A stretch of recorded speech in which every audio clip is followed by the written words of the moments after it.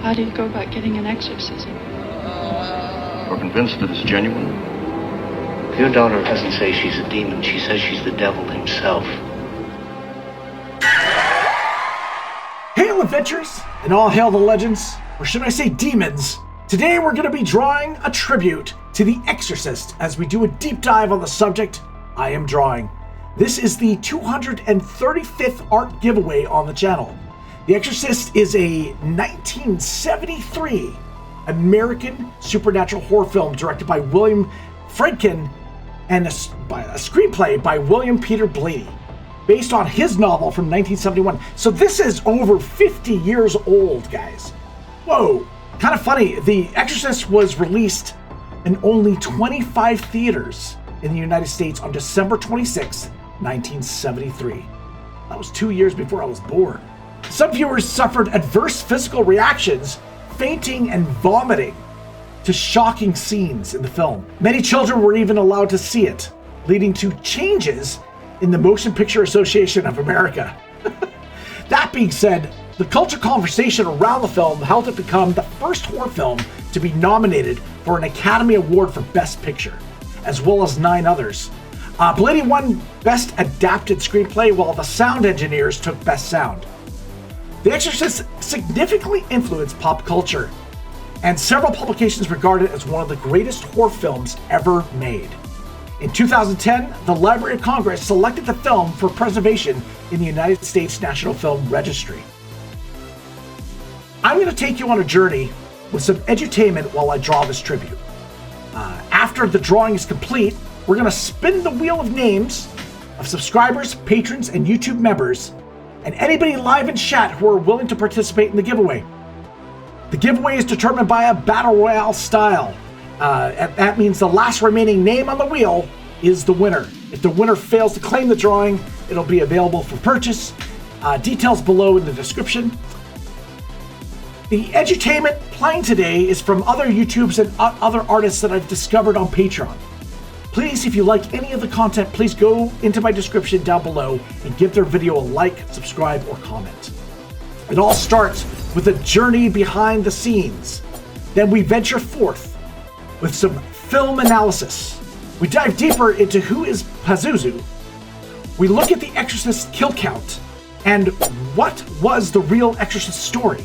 We hear a perspective from Quentin Tarantino. We force ourselves to look at the horrible prequels. And then we get to the exorcism. Art giveaway.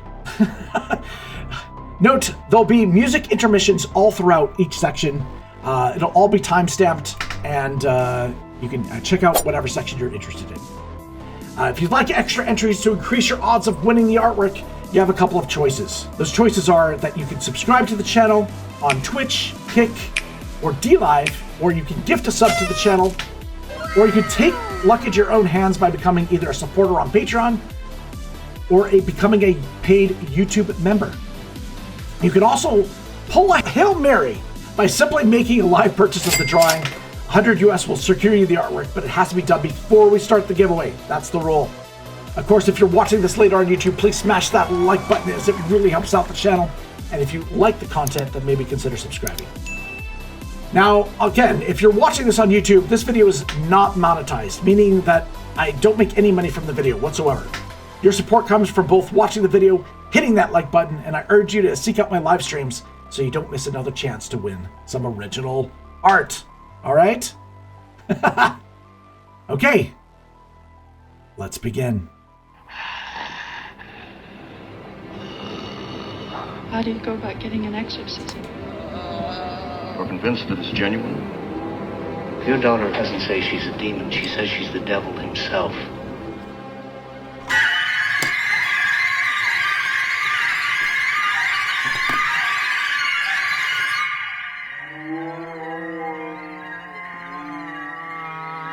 I think every one of the films I've made, they've all found me.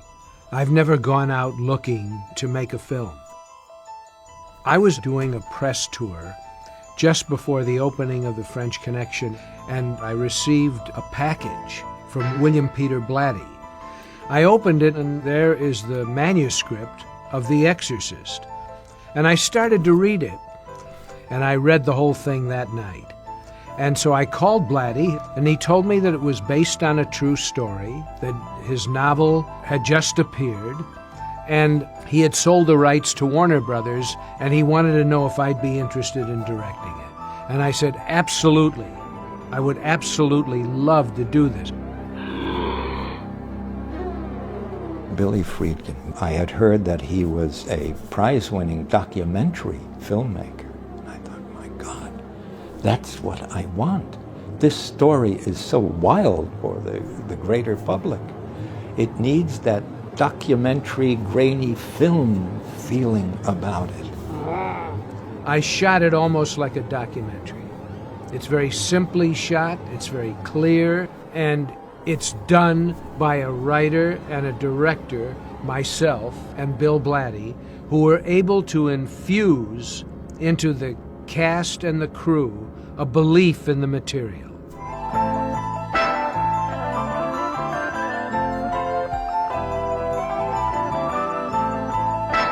At the beginning of the film, I went to Billy and I said, you know, this is something special. I said, if you don't mind, I'd like to shoot some behind-the-scenes footage of it. And he said, no, don't worry about it. He said, Warner Brothers will send a team in and they'll be doing it. I said, okay, fine. And then one day in Georgetown, on location there, the crew showed up. And sure, didn't work too well. And with that, I called a friend of mine who had a camera rental company in New York and got the camera and got the film, and we just started shooting from that day on. I made sure that we stayed in the background. I didn't get sound because I knew if we had somebody walking around with a boom pole with a mic on it, and Billy was aware of it that much, he probably would shut it down. This way, we sort of like a little unit within a unit there. It's time now to show them how we did some of this, because it is a great classic film. And some of it was a lot of hard work, and Billy did an amazing job, and he was very demanding, and he drew the best out of everybody. I think it's wonderful. Just a curiosity out there for anybody, let me know in chat if you've seen The Exorcist. What do you remember how old you were when you saw The Exorcist? I do remember I saw it when I was probably a little bit young, and you know, that's why I'm a weirdo today. But let me know in the chat, when did you actually see The Exorcist? And if you haven't seen The Exorcist, yeah, this is it is worth seeing. It is a next level horror film. Some have actually said it is the greatest horror film of all time.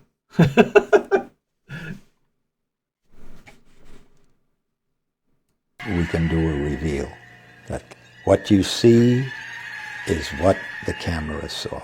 Then, right then.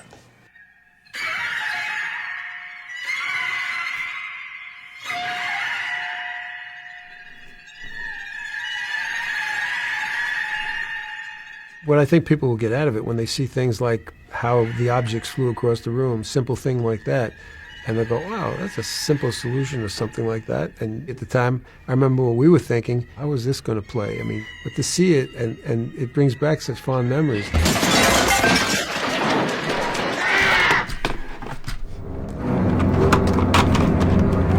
Linda was just this cute, sweet, little innocent girl, 13, 14 years old. And then to see her transformed and what the amazing part she did with it, to see that and see what she was like behind the scenes, just a young girl, just having a milkshake on the set, things like that.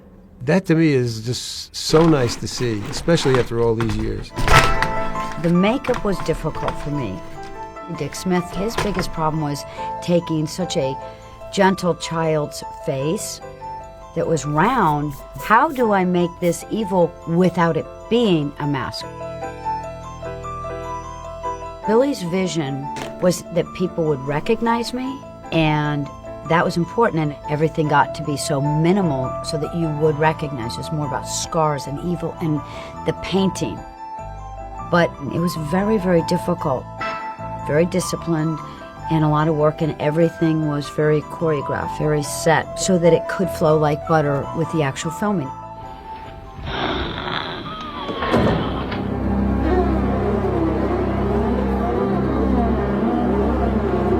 When you see how Max von Sydow is transformed from a young man into the Exorcist. It's amazing. My mother used to talk about at the end of the day when Max would take his makeup off and be going down the hall and be all young and dapper and stuff with his blazer that they wore back then. And you didn't know it was the same person.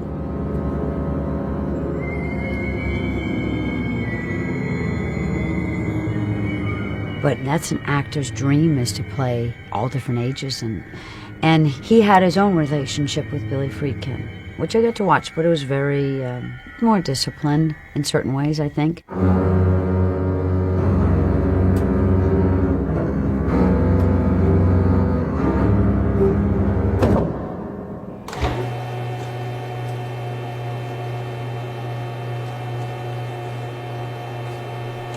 I will tell you about what I believe is the sole cause of all those stories you heard about people getting nauseous, people fainting, people screaming, running out of the theater, all that. It was not any of the horror that was taking place. It was, in fact, the medical science that was taking place. This scene especially grossed a lot of people out. The arteriogram, which took place at New York University Medical Center with an actual radiologist and his assistant.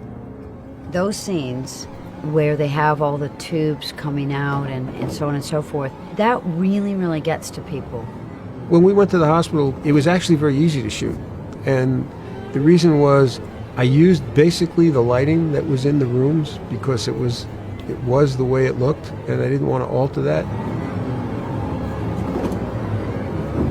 I saw the first press preview, and up the aisle from the front comes a woman holding her hand to her forehead, and I hear her saying, "Jesus, Jesus, Jesus." But what grossed her, shocked her, made her almost faint? The arteriogram. Anytime I am more or less forced to watch the entire film, and I know that needle is going here and blood's going to go, I look down, I look away. That's the writer. Oh, it's horrid. The horror that medical science is putting her through, far worse than the demon.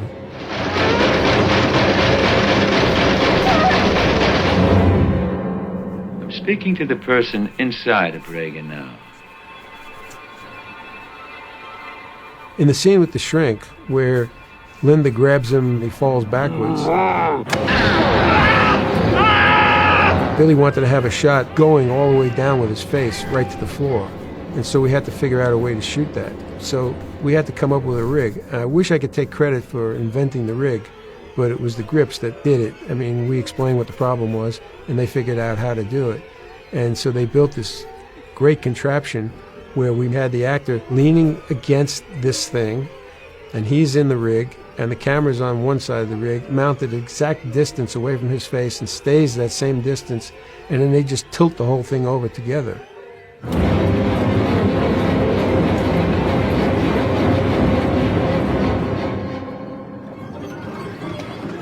That's master filmmaking, that's Billy Friedkin, that's Lowen Roisman's work.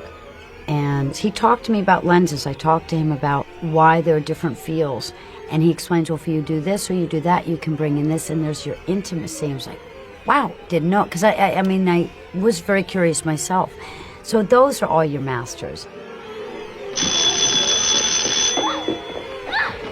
Dr. Klein. Yes, I'm Dr. Klein. This is Dr. Henry. And then we had to do a shot where we go from the first floor to the second floor, really, in one shot. And nowadays, you'd use a Steadicam. I mean, it would be nothing. It would be an easy shot. But we didn't have a Steadicam then. So we built this chair rig where we could mount the camera in a chair. We suspended it from wires and this intricate cable system that could move side to side and forward and back. And the grips would be up above, and they actually controlled the chair from up above and pulled it up and slid it around in a circle. Lighting it was tricky because with all that equipment, you see shadows all over the place with wires and rigs and things like that. So I had to light it so it was shadowless completely from the first floor to the second floor. That was a challenge in itself. Mother, please! No, please! Mother, take it! Stop! Why this girl? doesn't make sense.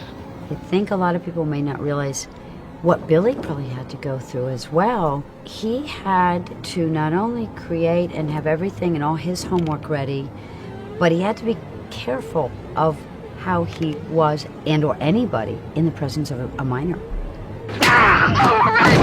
Keep away!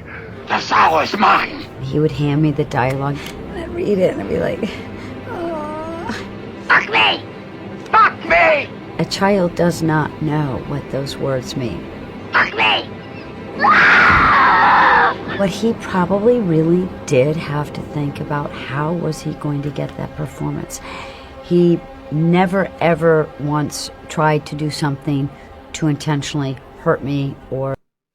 Another great director that works with kids, I have to say, is Steven Spielberg. For those that know of like E.T. and things like that, the performances he got out of children was amazing. It felt very real. And he was very smart about how he went about it. We'll go into that. I know I on this channel, I will probably do an ET stream at some point, and we'll get into that. But I just wanted to say, getting performances out of children is very, very difficult, but you have to understand the psychology of it, and they did a wonderful job in this one. I'll let it continue. Sorry, I just wanted to say it. To misguide me. You know what she did? Your canting daughter?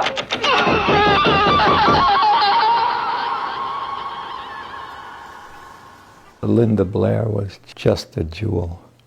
Boy, she'd be on that set for endless hours. She never complained. I became a kind of surrogate father to Linda. I would very often kid her into doing something. I would say to her, now, you're going to have to take this crucifix and you're going to have to pretend that you are thrusting it between your legs. And she would say, oh, no, like a little girl. She was 12 years old. She'd say, oh, no, I'm not going to do that. And I'd say, oh, yes, you are. Oh, yeah, come on. And I would kid her into it. I'd start tickling her, making her laugh. I think it was her affection for me that allowed her to do things that had probably never been asked of a child, and certainly not in a movie. It was about mutual trust. When I was writing the novel, I had come to a point where I had to ask myself, how am I going to get this aggressively, militantly atheistic mother to take her child to a priest? And I said, what is the most horrific thing that Satan would do, which would cause the mother to go to priests? Did you put this in Reagan's bedroom? And it hit me almost immediately. It was that masturbation with the crucifix.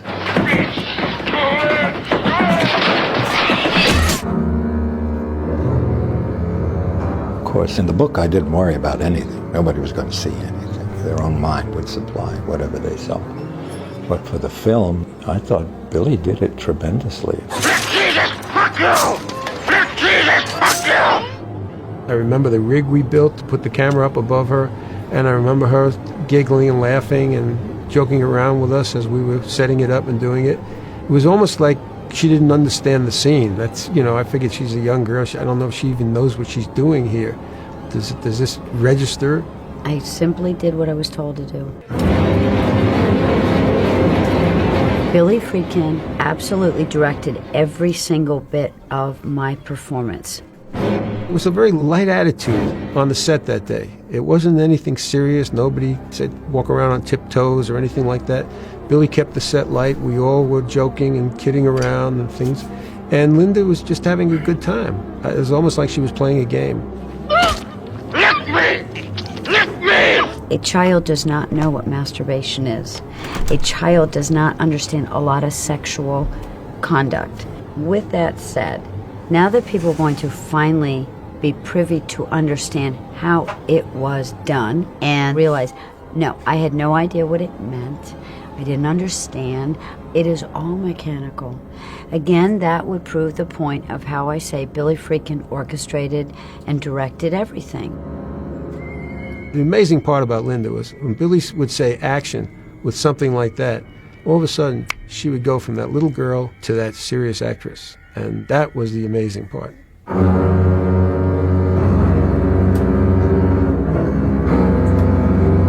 I was raised Protestant. We didn't talk about the devil. So the devil was fictitious to me. It was the same thing as the Wolfman, as any of the monster films. It did not exist. And that's what Billy found, was that innocence. I didn't know what the devil was. If I'd grown up Catholic, I don't think you could have cast a Catholic child in the part.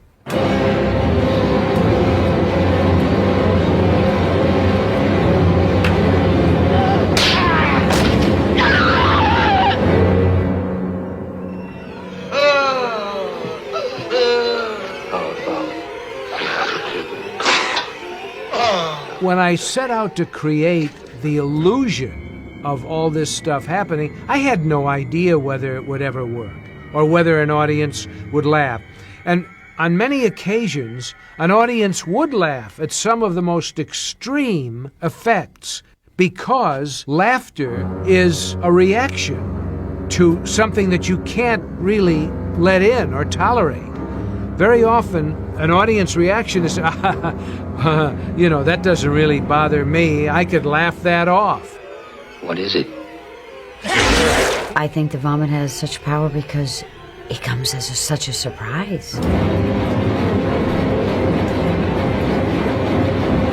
Why would anybody think that all of a sudden this green bile would come out of this person? And it's the most disgusting thing you can do. People don't like to be spit on, let alone vomited on in such a way. And of course, it's the devil's way of really trying to degrade both priests.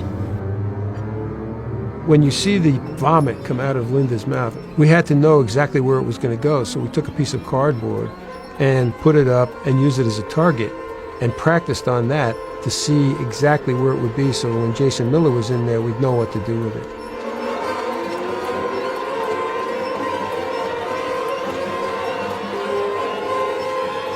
It was a very tricky scene to shoot because we had to have all these devices installed in her mouth.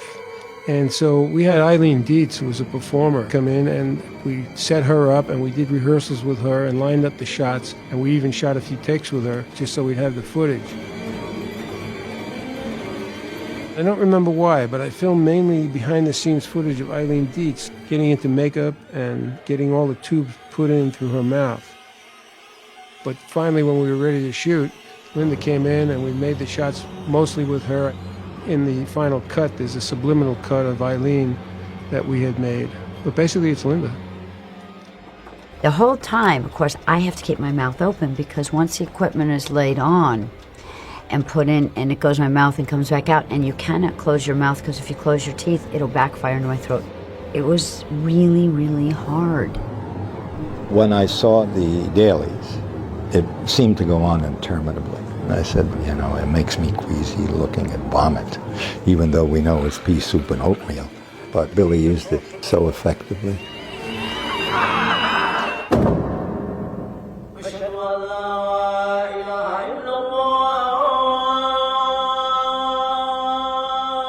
Blatty begins his novel in northern Iraq, and the final sequence ends in a tiny little bedroom that's about as big as the studio we're in now. The other thing that made Blatty's story so believable was that it takes place in a room which is like a prison, where there's no way to get out, no way to get out alive. Billy was meticulous about the ritual. He had 2 Jesuit priests on the site, making sure that everything was done absolutely properly. He had respect for the material, for Catholicism, you know, for religion. And it showed through all his work. Just shooting the exorcism in general was difficult. It was very time-consuming because on a technical level, we had to run the air conditioners while we were setting up and preparing.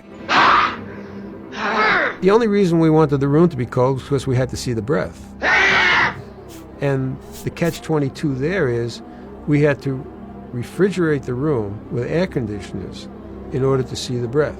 Well, you see the breath usually with moist cold. And air conditioners take the moisture out of the coal also. Because it was dehumidifying at the same time, we had to get it to like 20 below zero before you'd even see the breath. Be silent! And the actors would come in and to perform in this, and they only have a short window to perform because once they start, the room would warm up pretty quickly, and we'd have to then chill it, everybody go out and they'd have to cool it down again. So it was a long, tedious process to get that done. It's such a tribute to them as artists and actors that they could just turn it on and turn it off and get into it. The men all had their the old ski suits that look a lot like kind of like a space uniform, and they're walking around kind of like that. And me, I got, long underwear and a nightgown. Lucky me. Please mutilate in your image. If I was doing the same scene today, we wouldn't even have to do it like that because we do it all in computer graphics. There were no computer-generated images in which you could portray the special effects of The Exorcist. They all had to be done mechanically. And so when the two priests are reciting the liturgy and they see Linda's body levitate, they're seeing that right in front of them. We had to create everything mechanically on camera, and the actors could see that. What an excellent day for an exorcism. And it was pretty frightening to look at. And you could get the idea in the scene of what the audience was seeing. And so, yes, the low-tech aspect of the film did help the film at that time. I cast you out! Fortunately, I had some good training in my commercial days. And it just so happens that some of the things we did in commercials were fly people, and we flew them on wires. And so I had this little stuff in my bag of tricks now, and I was able to call on it. And so I would have the set painter paint the wires with dotted lines. When you look at a dotted line, you're not going to see it that clearly because anything that's dark against light, you'll see. Anything light against dark, you'll see. But when it's broken up with light, dark, light, dark, light, dark, you can get away with a lot with the background. I had lit it so that the background had shadows on it. And now with the painting, the scenic artist went out and hand-painted each wire. And when I saw it blend into the background, I knew it was right. The power of Christ compels you!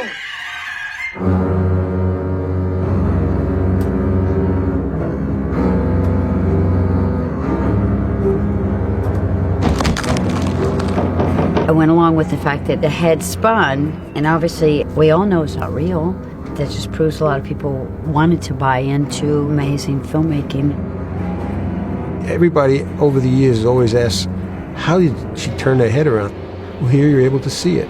It's fun to see that. And I remember doing it when we were working on it, how everybody was involved with like opening this dummy's head up and the wires and being able to move the eyes and the mouth and all the different things independently. I mean, Marcel Vercateur, the special effects man, and Dick, the makeup artist, just did an incredible job with everything. The dummy sat up in the makeup room, so I'm constantly looking over at my face. I didn't enjoy the experience of being in its presence, let's say. Of our Lord Jesus Christ, who lives and reigns with the Father. We were all set to shoot the scene when she does the 360 degrees, and I said, I think we missed one thing, guys. And what's that? I said, breath. You can't see any breath. And Marcel went, oh my God, he's right, And so Marcel Vercateur, the special effects man, he found a way to do it, and quickly. And so we were able to shoot the scene.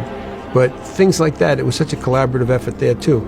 And it's nice to show that collaborative effort, just to show how everything was done. You see that bed rocking and to see how that works, and all the prop men that were back there just cranking away on a simple mechanical thing to make this supernatural thing happen. Damien! Amen. I said, Billy, we got to cut this, the 360 degrees won't go. I was so wrong. I mean, that is iconic. That shot, the audience went goo-goo over that. They screamed. I still don't know why. I don't know. Maybe it's because so shockingly unexpected. I think no matter how hard through the years I've tried to tell people, I really don't think they'll ever understand the process and what it took to get to the character. Everything that I had to withstand and then act. I cannot wear contacts, so they had to put numbing drops in. So every day I had numbing drops, and then the contacts were put in.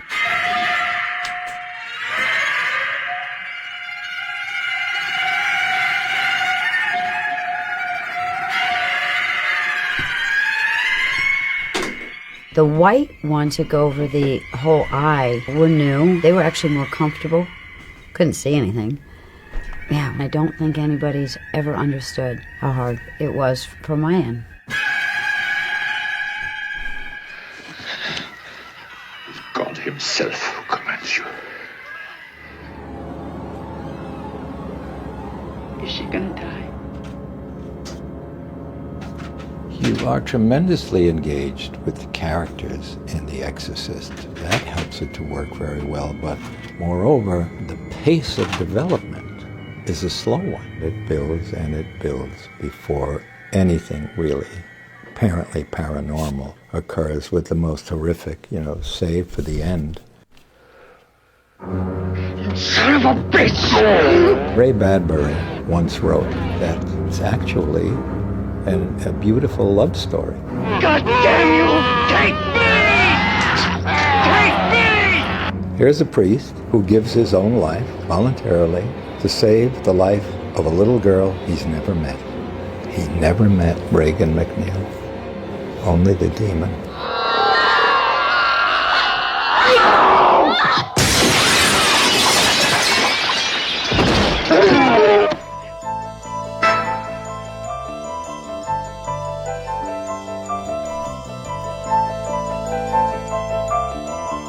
It wasn't until I saw the film later on that I truly was stunned. They did an opening in New York. All these people had gathered, like a big party thing. I'm sitting probably midsection, and what I knew as the movie closed was that I had just been part of something that would change my life forever. I knew that. I didn't know how and why, but I knew that. And then they gave me a standing ovation, and that it meant a lot. I didn't know why. I didn't know why. I'm telling you that thing upstairs isn't my daughter. I know that it is considered by a great many people as a horror film. I've never thought of it that way, and I didn't approach it that way. It's a story about the mystery of faith. I'm afraid. It's a theological thriller. And I always tell young people, this is not a horror film. Anybody that thinks this is a horror film is wrong. I want you to tell me that you know for a fact that there's nothing wrong with my daughter except in her mind. I saw it as a supernatural detective story in which paranormal phenomena were occurring, which in fact reportedly do occur in real life. I cringe when I hear horror applied to it. It destroyed my comedy writing career, needless to say.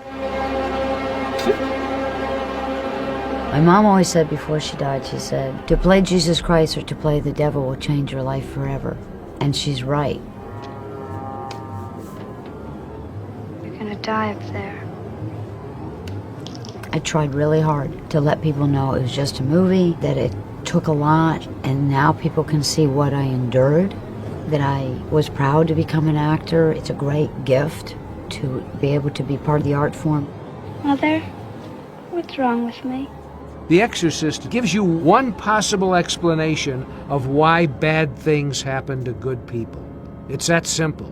It also says there is a very thin line between good and evil, which is in all of us. Where's Regan? In here with us. And this novel, Blatty's screenplay, our film, tells you that. Do help her. Just help her. You tell me you know for a fact that an exorcism wouldn't do any good. You tell me that.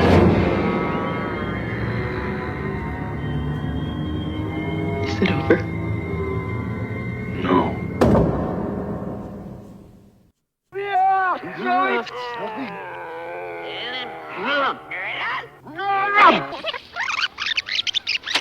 Give us time! Let her die! I am no one. I am no one! Fear the priest. Fear the priest. Baron!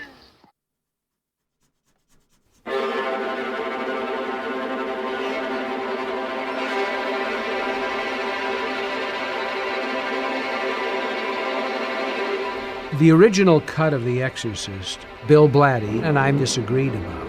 I cut a number of scenes out, more than 12 minutes worth, from the original version of the film, for two reasons. One, I showed it to a man who was an executive at Warner Brothers then called John Calley. He was sort of head of production.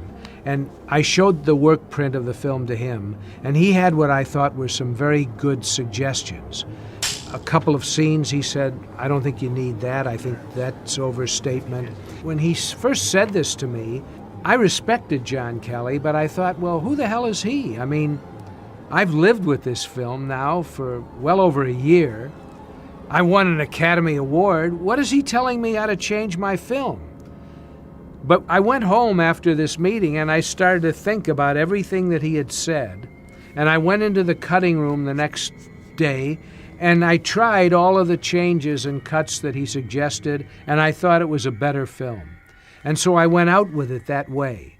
And for years, Blatty was angry about that, and for a long time he didn't even speak to me. But whenever he did speak to me, he would say, Billy, you've cut the heart and soul out of the movie. And I would say, Bill, you're a sore winner. The movie's out there. It's a success. The success keeps growing. It's the gift that keeps on giving, as far as you're concerned. And you're telling me that I was wrong? And then many years went by, from the year 1974, actually, when the film came out, and the year 2000. And Blatty and I had resumed our very close friendship. And he called me one day, and he said, Bill, would you consider looking at the footage that you cut? I'll look at it with you. We'll look at it on an editing machine at Warner Brothers where they have it stored.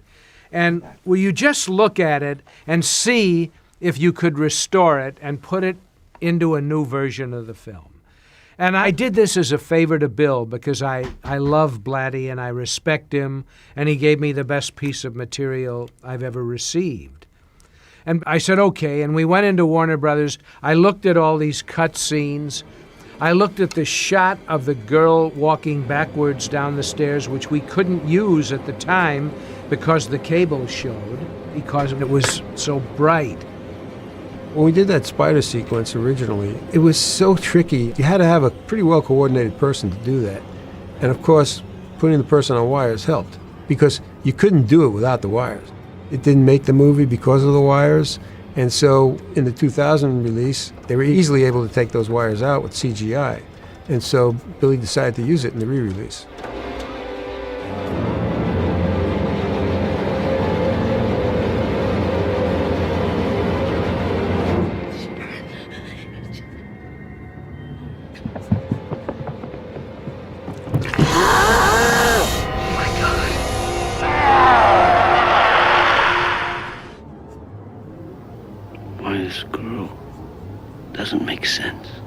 The scene in which Billy and I argued about on the set was a speech between Max von Sydow and Jason Miller on the staircase between bouts of the ritual.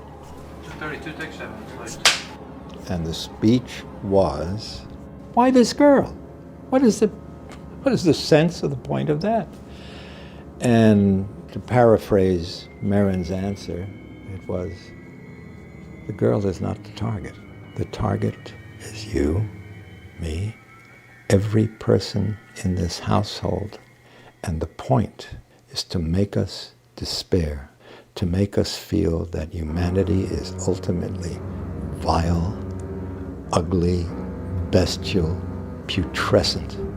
So much so that if there were a God, he couldn't possibly love us.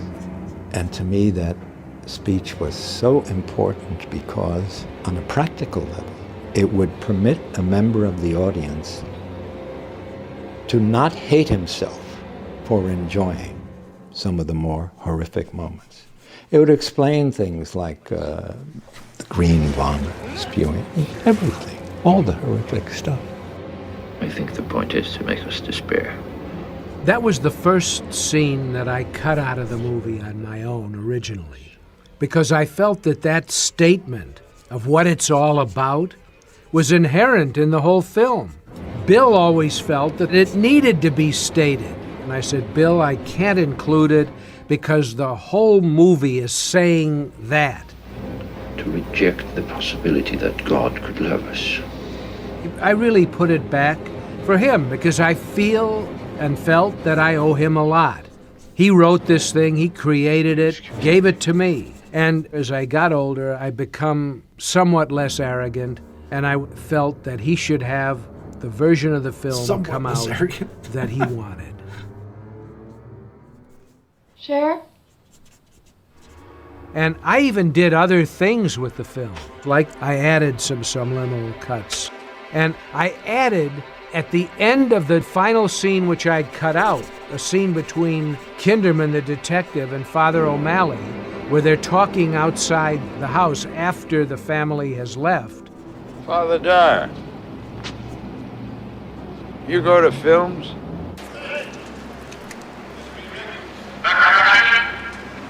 But we were unable to retrieve properly dialogue from Kinderman's voice, Lee Cobb's voice, when he says, I think this is the beginning of a beautiful friendship. I'm reminded of a line of a film, Casablanca. At the end, Bogart says to Claude Rains, Louis, I think this is the beginning of a... You look a little like Bogart. You know. That hurt a bit, but we've got a good piece of it, and Karras lives on. He lives. The relationship continues.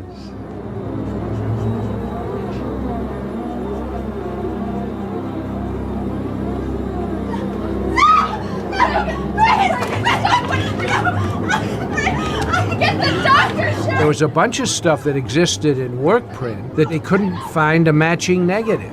But I wasn't going to stick in a work print which is scratched and splotched, and I was going to try to integrate that into a brand new print of the movie.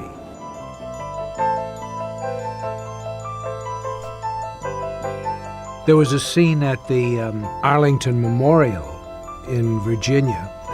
Ellen takes Linda, her daughter, while they're in Washington, on a tour of various landmarks.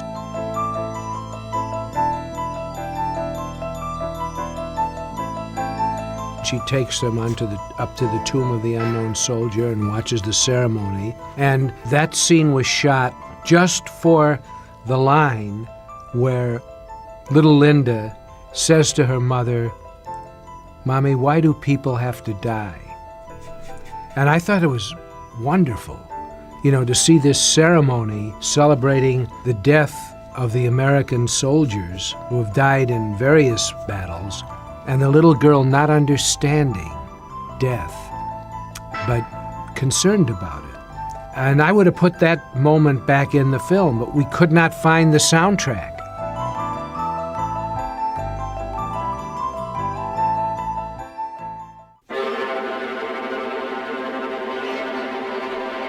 Would the film have done as well at the time with all these scenes in it? We'll never know that.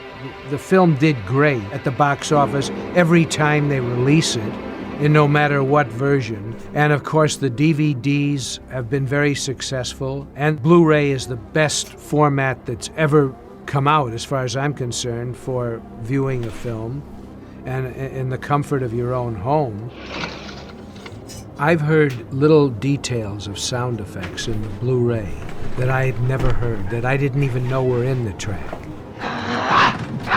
little details, little tickles or noises or things that we built in, which is now all high-definition digital track, you hear that I don't even remember that we built in. So there are all these versions of it, and I now tend to believe with Blatty that the best version, the most complete version, is the 2000 version, the version you've never seen.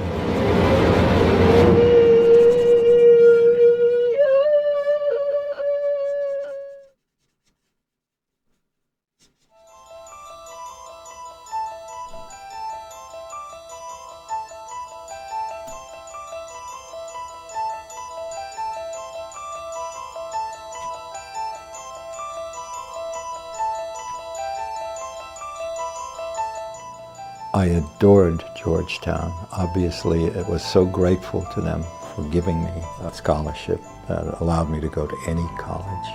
And if I was going to write a novel where these things take place, one, it could not possibly be something like Salem, Massachusetts, for God's sake. It had to be now, the real world. It's the busy, bustling, modern streets of Georgetown. And secondly, I didn't have to do a lot of research about the environs. I knew them so intimately. I don't think the story would be anywhere near as effective if it was set in Los Angeles. With everything else going on that went on in the story, Georgetown, the university, the church, the tradition, the old buildings, the flight of steps next to a house which appeared dangerous and where later something horrendous happens. All of these are little visual pieces of a larger puzzle that when you start to explore them, they begin to add up in the audience's subconscious and create the mood of the film. Most movies are a combination of set and locations, and The Exorcist was a wonderful combination and appropriately done. Our location scout did an amazing job finding those locations because the places in Georgetown, for example, were beautiful.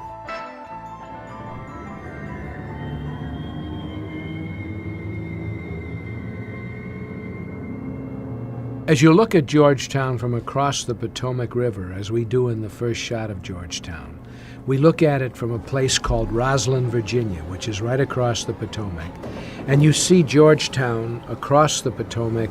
You see a couple of spires, and you see a dark building, which is a portion of the university at one end. And it appears from that aspect and in a gray morning light to look like a kind of prison or forbidding place. And over at the other end of the frame, the camera starts to move away from that forbidding image on the left into a flight of stairs and a house that appears to be next to that long flight of steps. A lot of people may or may not realize they built an extension onto that house. They needed that in order to bring the room close to the stairs so when the body comes out, the stuntman comes down.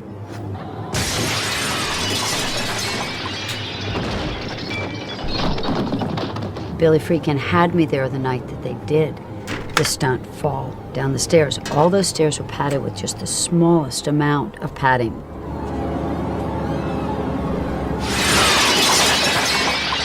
This guy just jumped out and rolled down all those hundreds of stairs that have become so famous. People bring me pictures of the stairs to sign. That's how famous those stairs are.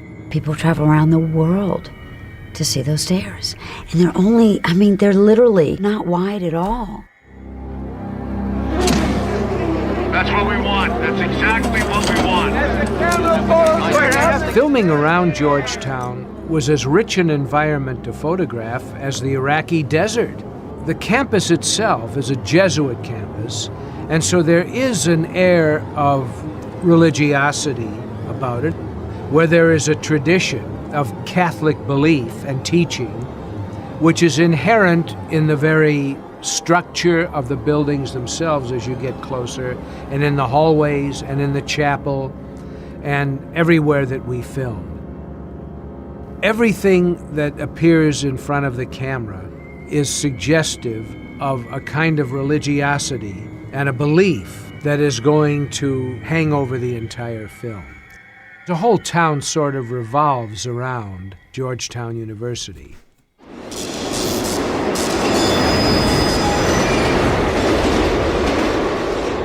And we had other locations in Manhattan that were terrific. You're hopping all over, boy. Father Karras, Waiting for the Subway in New York, was set there by Blatty, and so I shot there. Blatty set Father Karras' visit to his mother somewhere in Manhattan, and we picked a street to shoot there.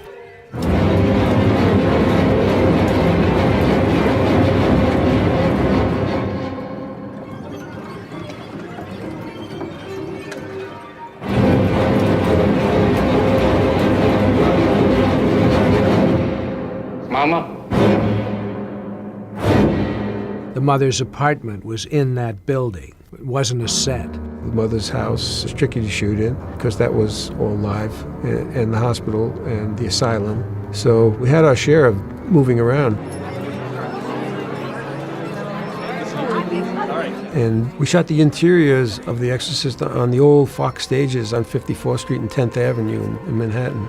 They're no longer there, but they had 2 big stages and utilized the whole place. The only thing that was done in that studio, to my recollection, was maybe some other little bits and pieces and the interior of the house. The house we used in Georgetown for the exterior, the rooms were much too small, too light and film. So I knew in order to achieve the kind of movement I had to achieve, I built a 3-story house, for all intents and purposes, as a practical house in New York City. I did that because, A, I didn't want to be too close to Hollywood, and also we had shot so much in Georgetown and New York, I felt that the set ought to be built on the East Coast, or we would have had to have 2 crews. It's the power of the music.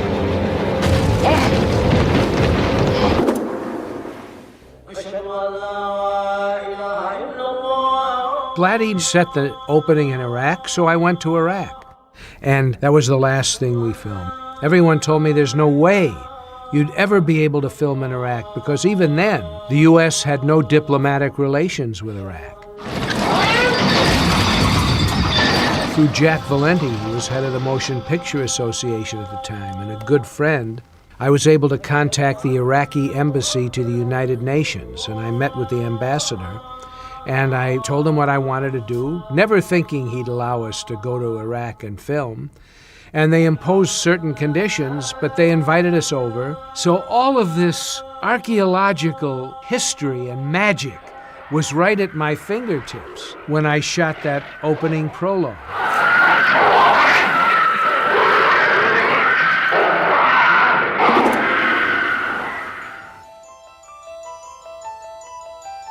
I felt in many ways, when I made the film, like a landscape painter.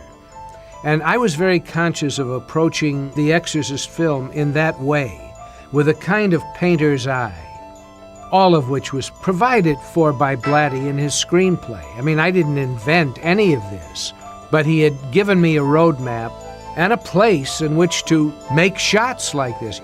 And when I saw it, it took my breath away.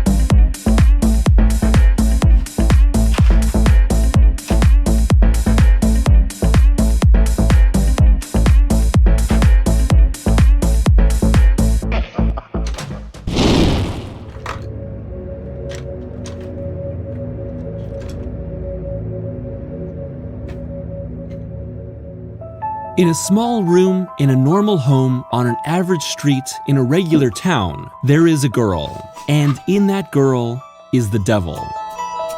William Friedkin and William Peter Blatty's The Exorcist exploded into theaters in 1973, rattling audiences and quickly being given a reputation as the scariest movie ever made. That's a big promise to live up to, and while The Exorcist is rightfully held up as one of the greatest horror movies of all time, what's most compelling about this story of young Regan MacNeil and the battle for her soul are its questions of faith, hope, and love in a cruel world. Questions that shake its characters, and that are asked of its viewers. Where is faith in God when evil seems so much stronger than believers? How can we hope when the innocent suffer for no reason? What can love do when we seem to lose everything we love? The Exorcist, adapted by Blatty from his novel of the same name, sees young Regan MacNeil possessed by a demon, with her increasingly desperate mother, Chris, seeking out an exorcism when everything else fails. Her search leads her to Father Damien Karras, who's in the middle of his own crisis of faith,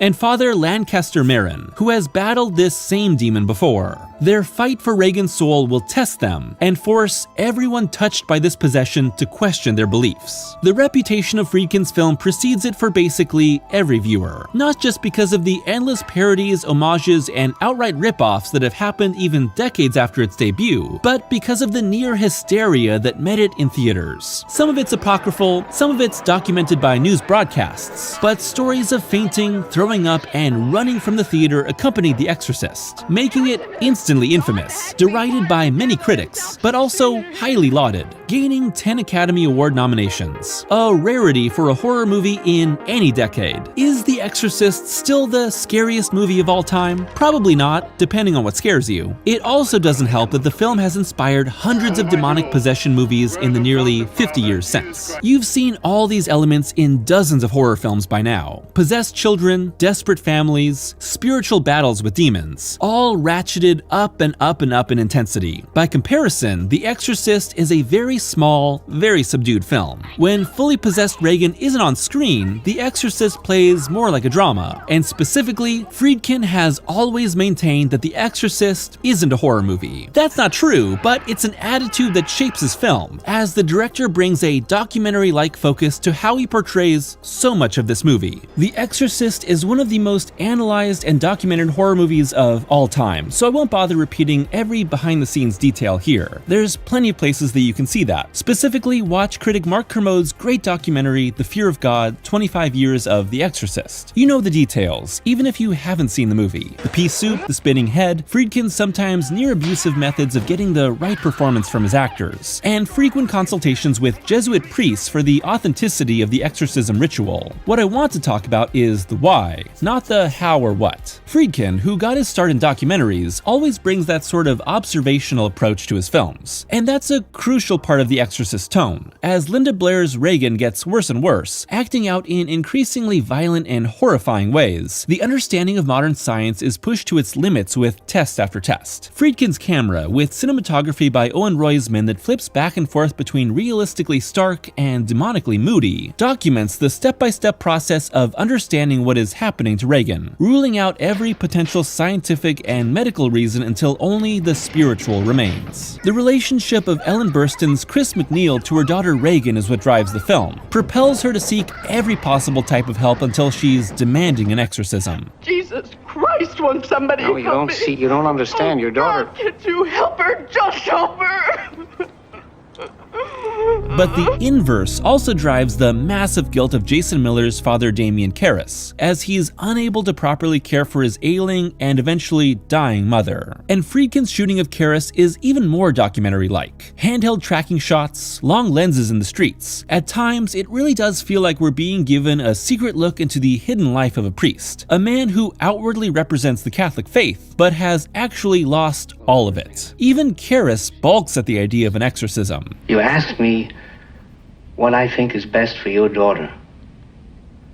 6 months under observation in the best hospital you can find. But there's nothing that can deny the demonic presence within Regan. While modern audiences may be immune to many of the film's shocks, The terrifying aspect of The Exorcist lies in its central idea that it doesn't matter whether you believe in demons, angels, a god, or the afterlife. They're already here, in your home, in your child's bed. The Exorcist, both the film and book, falls squarely into the realm of the occult. While there are many types of supernatural horror, the occult specifically deals with supernatural beliefs and practices that usually fall outside the scope of religion and science, but are propelled by and fought with faith in something. This isn't Ghostbusters. You can't save Regan MacNeil with a ghost trap, although that might be kinda cool. And while faith is a central aspect of this story, God is never confirmed or denied. The Catholic Church itself is rarely shown in action. The only thing ever proven is the existence of a demon. In The Exorcist, hell is real, but heaven is something that has to be taken on faith.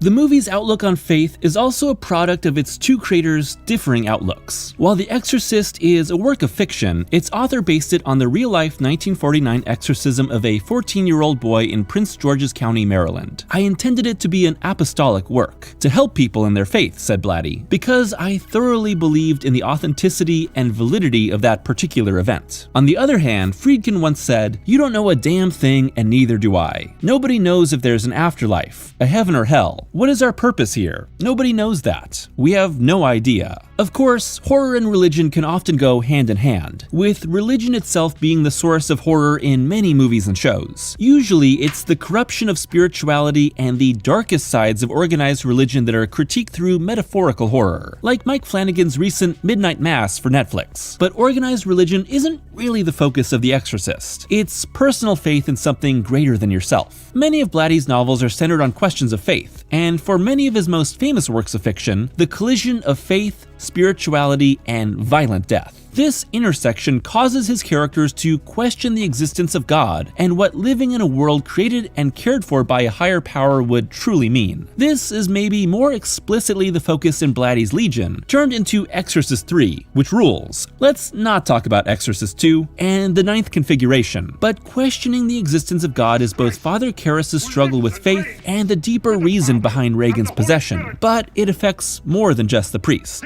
There was a period of time after my mother's death, said Blatty, when I would describe my faith as more of an intense hope rather than a solidly held belief. And it was during this time that Blatty wrote The Exorcist. Being confronted with ultimate evil that you cannot possibly understand or have any power over is terrifying. But there's something scarier at the heart of the film, something that doesn't depend on the spiritual beliefs of an audience. It's knowing that something is wrong with your child, but not knowing what it is and being unable to do anything about it. The coming of the demon starts on the periphery. A Ouija board, a shaking bed, sounds in the attic, then strange behaviors before moving in fully. Regan starts to act strange, gets diagnosed with a potential nerve disorder, and then just simply starts acting like someone completely different. A massive chunk of the first half of The Exorcist is dedicated to Regan's diagnosis and multiple treatments, all rendered in very realistic and disturbing detail. Why? Well, I believe it's for two reasons. To completely rule out any other option than possession, and to put us in Chris's shoes, watching our child grow worse and worse without the ability to do anything about it. Even worse, Chris and Regan are temporarily living in Georgetown for a movie shoot. There's no comfort of home, no supportive family. When there's something wrong with your child, even something small like a fever or night terrors, it just wears you down. You're fried, you're desperate, you're scared, and worst of all, you stop being the best parent you can be.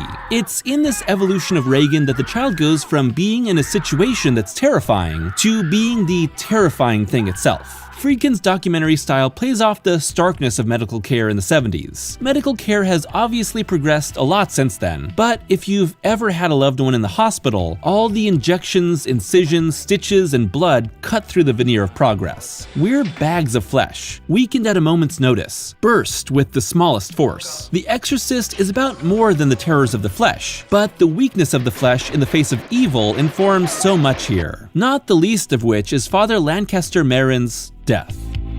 And let's talk about Max von Sydow's Father Merrin for a moment. Although he's only a minor character, he acts as the counterbalance to Karras, a man steadfast in his beliefs, but physically weak, unlike the physically fit but doubting Karras. We don't know much about Merrin here, although more is explained in the book, but he's a man of God through and through. Yet even Merrin can't cast the demon from Regan, calling into question the nature of belief.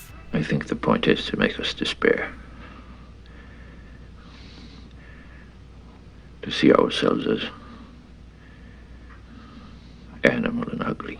I don't think that The Exorcist is trying to either affirm or undermine the Catholic Church, but instead to grapple with spirituality as a whole. The opening scenes of Marin in Iraq establish the ideas of ancient evil, signified by a statue and a face-off between it and the priest. An ancient demon that makes itself known in the modern world, that strips away the facade of modern society. The conflict with that evil defines each character's faith. Ultimately, there's no reason for why Regan was possessed. Why this child out of anyone else? Sure, there's a Ouija board. That definitely gave the satanic panic some ammo in the 80s, but there's nothing that connects Regan to the demon found by Marin in Iraq. Like faith, everyone, including the audience, has to decide why this happened. And the one most affected by it all is Father Karras, who is racked with guilt and unbelief throughout the entire story. Guilt over his mother's death, alone in a mental institution, suffering in her final moments. Hail there, Daddy G. Good to see ya. Welcome to the stream. We're doing The Exorcist. That's right, we're going to be exorcising demons this stream. We're doing a deep dive. It's a throwback stream to the old art streams. Yeah, we're do enjoy. I know you might be working, but I just wanted to say hail back. Yes, much love. And unbelief over why a supposedly just God would let this happen. Karras' lack of faith makes him almost inert, unable to help his mother, unable to save Regan, and in one of the film's most lingering, small moments, unable to extend help to a homeless man. You happen all over, boy. I'm a Catholic.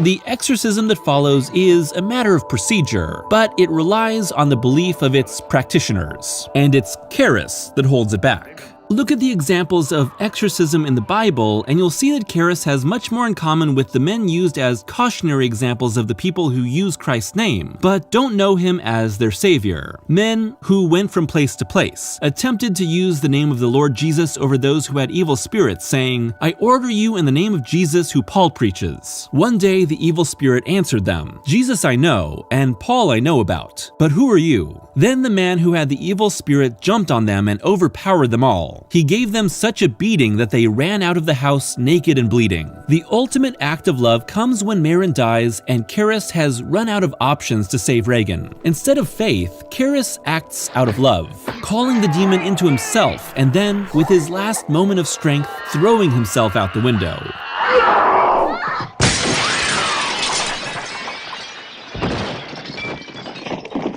Father Karras' death recalls Jesus casting the legion of demons out of a man and into a group of pigs, who immediately throw themselves off a cliff. But Karras' sacrifice is done on purpose and recalls a different verse from the Bible. "Greater love hath no man than this, that a man lay down his life for his friends." Ultimately, Karras regains his faith in God as he lies in a bloodied heap at the bottom of the stairs, allowing his friend Father Dyer to perform last rites on him. An act of faith, an act of love, and a hope for something greater than the world. Er gjorde himself och vad man was bekant stod. How many parts it did?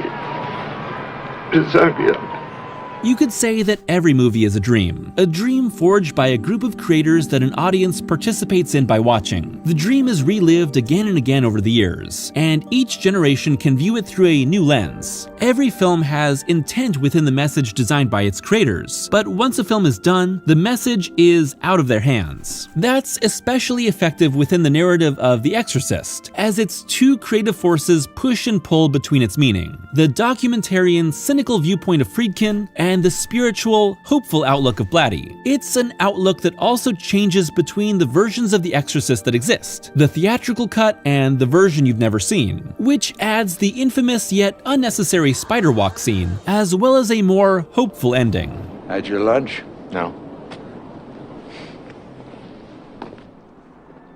But what does The Exorcist have to say about our lives in a world where the devil is very real? Are we powerless to help our family, Are children in such a bleak and cruel world? Is there such a thing as God? And if there is there a plan for us? The Exorcist is, in the end, just a movie. It has no actual correlation to reality. But like any great horror movie, it's meant to give us the chance to face our fears without consequence. And there are many fears within The Exorcist. Fear of true evil, fear of death, fear of powerlessness in the world. But there's also hope. If there is such a thing as the devil and an explanation for the evil of the world, what accounts for all the good? What you walk away from The Exorcist with will very much depend on your worldview, the lens through which the message of a nearly 50-year-old film is seen. But perhaps there is a lesson of faith, hope, and love found within the darkness. Faith in a higher power. Hope that we actually can protect the people we love.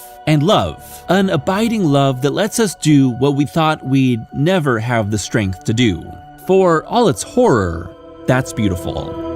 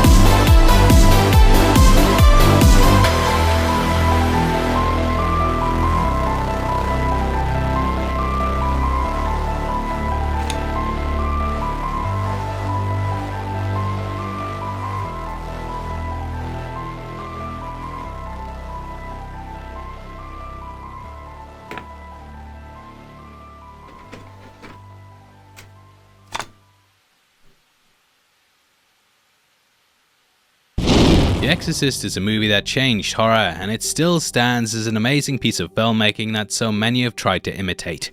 Filled with incredibly creepy imagery, hidden details, and a lot of things that you have to figure out on your own. This is the kind of movie that I think's perfect for a breakdown.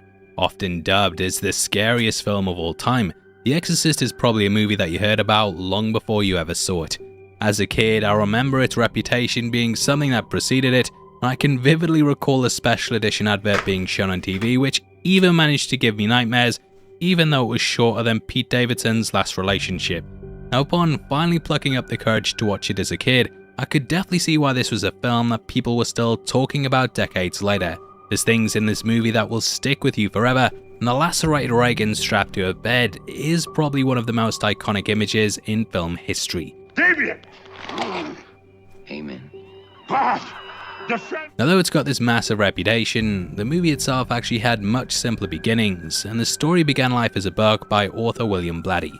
Blatty actually makes a cameo later on in the movie, and he too plays someone working on the film alongside Burke.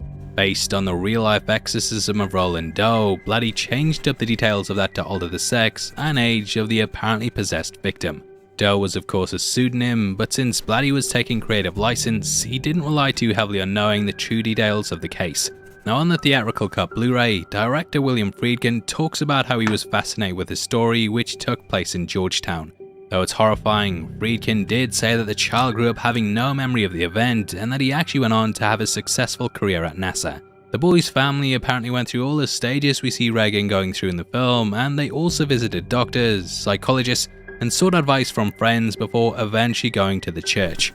Weirdly, the book itself failed to sell well in its first run, and it left the author in dire financial straits. However, it gained a lot of critical acclaim, and good word of mouth helped it to be picked up by movie studios around Hollywood. Obviously, it would go on to become a mammoth movie, and I think at the heart of its success lies the idea that people almost feel like they're confirming their faith when they go to see it. The book's obviously based on a true story, and it boils down to a battle between the Catholic Church and the forces of evil. Due to its reputation, the movie almost feels like a test to watch, and when you go through it, you're very much seeing if you can beat the devil as well and come out the other side. There's also, of course, many myths and legends that always surround movies like this, and just like The Omen, rumors of supernatural things happening on set were part and parcel of the marketing. Unless the curse is real. Now, The Exorcist is filled with several subliminal images that really add to the horror on a deeper level. Appearing on screen for a split second, these frames embed themselves into our subconscious and unnerve us even though they happen so quickly that we barely even register them. Now, the film basically boils down to Pazuzu possessing Regan, and throughout it we get several flashes of his face to let us know he's always watching. Some of these images are toned down depending on what version you watch, and there are a few that only appear in the theatrical version. However, I've gone through both films for this to point out when they happen, and hopefully when you revisit the movie, you'll find a new appreciation of it. God and Lord of all creation, you gave to your holy apostles the power to tramp underfoot serpents and scorpions. Now, early on in the film, we see the statue of Pazuzu, and this later appears in Regan's bedroom. This is pretty obvious and well lit, so we instantly see it. However, in the theatrical cut, there's a hidden statue in the room that only eagle-eyed viewers will spot.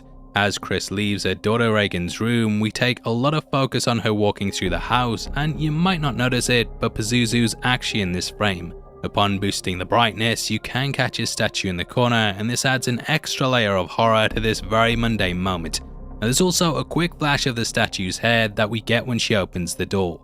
I've slowed this right down so you can see it, but it appears on screen for what's basically 3 frames, and it gives the idea that Pazuzu is waiting in this room. His face is throughout the house, so when Chris first enters the kitchen, we can see it flicker in and out for what's roughly a second.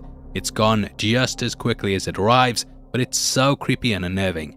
A lot of these were of course made in a time before physical media allowed people to pause and rewind films, and thus many watching it might have wondered if they saw what they thought they saw.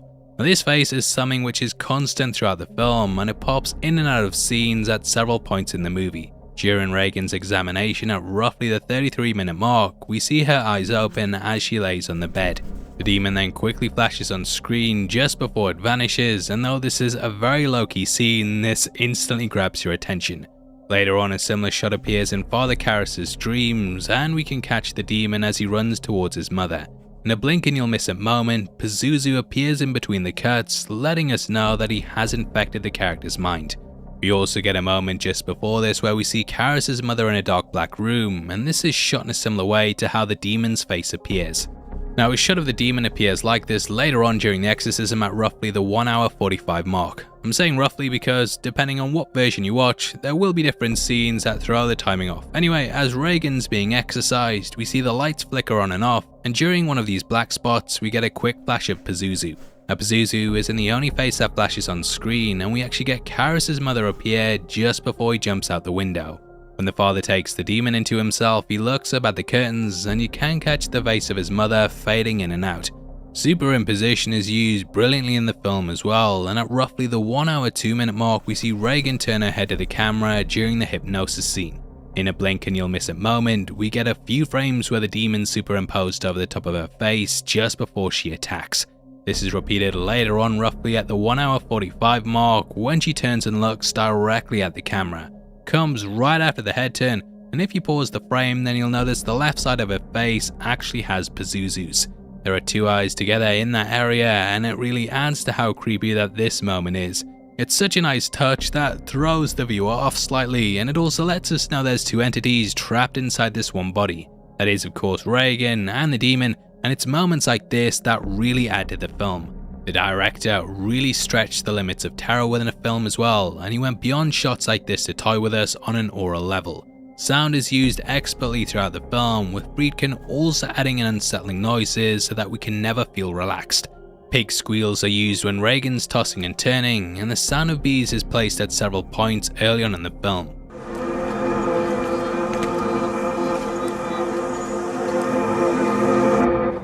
Now, if you're enjoying the video, then the power of YouTube compels you to hit the thumbs up button, and don't forget to subscribe for breakdowns like this on the best movies ever made. Now, for the rest of the video, I will be going through the entire director's cut scene by scene to talk about all the creepy hidden details in it that elevate the film. I did watch both versions for this breakdown, but with that having more stuff in it, I think it's probably the best place to put focus on. Now, the longer cut actually begins with two shots that aren't included in the theatrical, and in this we start off at the house before we cut to the Virgin Mary statue. Personally, I find this a bit weird, and I know that the Exorcist fan community share the same belief. Basically starts as a confusing way to kick things off because we immediately jump from here over to Iraq. The original theatrical cut began in Iraq and skipped over these scenes, which just throws us straight into the mystery. Normally when you're making establishing shots like this, you don't then want to jump over to another location, but I think it's put in place because this is where the demon manifests. Houses are supposed to be places of security where we can relax and, well, be at home. Horror tends to subvert this though when it places the danger in with us, which subconsciously throws us off. The house of course pulls from the film's extremely famous poster, which is a shot taken from Merrin's arrival in Georgetown. With a light beaming out of the window like what we get here, they may have wanted to start things off by just referencing what this film's known for. It's also how the film closes out too, with us getting focus on it boarded up, and the statue of course gets desecrated, which sets it up later down the line. Now, the use of this window actually took inspiration from the artist René Magritte, namely his Empire of Light paintings, which bear somewhat of a resemblance to what we see. Now, what I think The Exorcist does brilliantly is that it doesn't spell the information out for you, and you have to figure things out as you watch the movie. Throughout the film, you're meant to take in the information and fill in the blanks, and this is definitely seen in the case of the statue, as we never learn who vandalized it. However, there is a clue, and the statue is covered in clay, which we know Regan has access to. In the film, she makes clay animals near the start, and thus she does have a way of carrying this act out. This also ties into Burke's death, which I'll talk about more later on in the video, but there is a clue that Regan was involved with this as well. Lieutenant Kinderman at one point searches the spot where Burke died at, and we see that he finds a little clay model. Kinderman later comes across one in the home when he meets Chris for the first time, and he asks if Regan made it. This shows that the character was involved in that, the vandalism, and it also ties in with Pazuzu brilliantly. This is also meant to reference the Pazuzu head we see throughout the movie, and it shows that Regan visited the scene at some point. Anyway, after the titles we cut to Iraq and find Father Merrin, played by Max von Sydow. The actor was actually 44 at the time, but they added old age makeup to him to make him seem more mature. This is one of those guys to me who seemed like he was old forever, and now knowing that they did this in one of his most famous appearances, it does start to make sense. Now, Friedkin did film on location for this opening, and you can see how much authenticity that it adds to the movie. He could have easily just put this on a set, but it adds to the gripping feeling that we get in this opening. Friedkin didn't have it easy either, and this was due to Iraq and US relations at the time. Americans had been forbidden from filming there, and thus Friedkin had to hire an all-British crew and promised the government that he'd teach them some of their film techniques. Now, this opening is often forgotten when you think back on the movie, but it easily sets the tone for the rest of the film. At the base of the mound, Merrin is introduced digging, and this is alongside the rest of the workers there. It sets him up as a humble figure, escalating the idea that this is very much a small man versus an insurmountable evil. Discovering the statue head of Pazuzu, we see dust and wind blow, and this happens as he pulls it out. Now, Pazuzu is actually a demon who's said to be the personification of the northwest wind. There's lots of texts on him, and in the legends, he'd use this to carry across disease and famine. Wind is something that signals the character's near, and at several points in the film, we see it blowing to signify his arrival. Anyway, in the next shot, we see a man pouring liquid out of a spout that looks like a pig with wings. The Pazuzu statue is a winged beast, and bird-like creatures appear throughout the film to subliminally carry this idea. Regan creates a giant clay bird, and when Karis goes through her drawings, we see that she's also created some creepy birds and a winged lion. The Pazuzu statue also has a snake for a dick, and later on the Virgin Mary statue is given one by Regan using the clay models. Anyway, Merrin makes his way through the city, and we very much get the idea that there's an evil presence watching him throughout.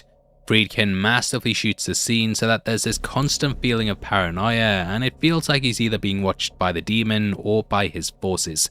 This is hinted to us when Merrin comes across a group of men hammering away, and one removes his hat and reveals his eye. We can see that he's blind in one, and this appears to almost be fully white. This was done on purpose, with it deliberately appearing similar to the white eyes that Regan gets later on in the movie. Merrin has of course faced off against demons before, so we can see why this would be so unnerving to him. Now we cut to an office, which is where we get focus on a clock and then the statue head. Here Merrin looks at a St. Joseph medal that was unearthed during the dig, and this seemingly appears later on at the start of Karis's dream. Now, a necklace identical to this was actually worn by his mother, which has caused a lot of fan speculation. It has been said by the creative team that the medals are in fact different, but they symbolize why these two characters eventually end up coming together.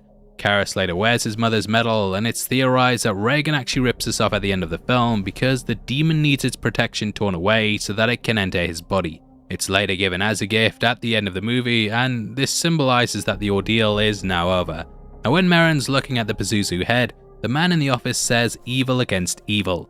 Though Pazuzu is an evil entity, it's actually so evil that it would drive other evil spirits away because it was thought to have made a claim. Now the clock then stops behind Merrin, and I believe that this symbolizes the demons telling him that his time is up. He's nearly hit by a speeding cart later on, and gods rush him when he's getting out of his car. Nice little detail here is that we can actually see a crack in his windscreen, and many have theorized this is a gunshot mark, possibly hinting at that he's been fired at before. Merrin then catches the statue with the sun on its back, and this creates a chilling silhouette. The Iraq scene itself starts off with the sun, but this blocking it symbolic of the darkness that Pazuzu's now bringing. A strange man watches Merrin, the wind blows, dogs start to fight, and we get the feeling that something is coming.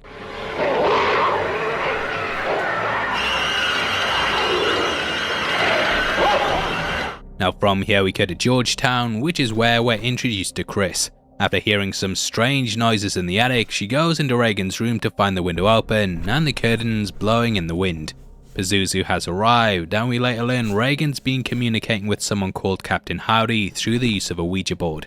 The name Howdy is very important because it's used as a way to manipulate Regan and make her start to trust this evil entity. Later on we see a magazine cover with both Chris and Regan on it, and this tells us that the former is going through a divorce. This actually also names Regan's dad as being Howard, and Howdy is a nickname for Howard, so her not really seeing her father that much could be why this was chosen to make her open up more. Now at the film set, we're introduced to Burke, and we see Chris in her element. Friedkin originally wanted Audrey Hepburn for the role, and this would help to give us the idea that she was a glamorous movie star working on a production. Anyway, we get an echo of the scene with Merrin and see Chris walking through the streets to the tune Tubular Bells. This has very much become the Exorcist theme, and rewatching the movie, I was surprised at how little the theme's actually used. When it's used, it's for moments like this, but it does make even the more simple things seem unnerving. Chris is passed in the street by children dressed up as things for Halloween, and we also see nuns walking by with their cloaks blowing in the wind. These moments were put in place to show that religion is all around her, but she refuses to really acknowledge it or take it seriously. It creates this almost otherworldly feeling, and Chris ends up hearing Karis talking about how his mother's unable to be treated. This is drowned out by the sound of an aeroplane, but Karis being unable to take care of his mother is one of the reasons his faith's shaken. Seeing her wither into nothing with him being helpless to stop it, it has just broken him, and thus he doesn't share the love for Christianity that he used to have.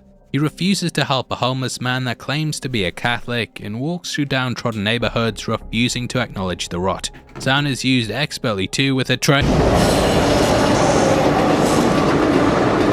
See, just the screeching and almost growling and screaming of the city really catches you off guard, and it makes the streets feel like they're their own living and breathing entity. Now in Regan's basement, we can see the clay models and also catch a collage up behind her. Huge shoutouts to Rob Ager, and he pointed out that we have the wolf from Little Red Riding Hood up to the top left. This of course has the wolf dressing up as a meager old woman, and this is so it can appear a certain way. This is similar to how the demon wears Regan throughout the movie, and both stories feature the creatures spouting things off whilst they're sat in a bed. Rob also pointed out that we have the story of Hansel and Gretel on the right, with a witch wearing a blue cloak that's the exact same colour as the jumper that Regan wears in this scene. Now Chris finds the Ouija board, and though she goes to play with it, Regan refuses to let her touch it. Anyway, we get a couple of calm scenes with her to keep the tension lower and watch Karis dealing with his mother. We learn that he had a passion for psychiatry, which has helped him deal with those that come to him for help. The church paid his way through medical school, and since then he's been someone who priests can go to for therapy. You also learn that Regan's father never called her on her birthday, and it's these vulnerabilities that the demon uses to sink its claws in.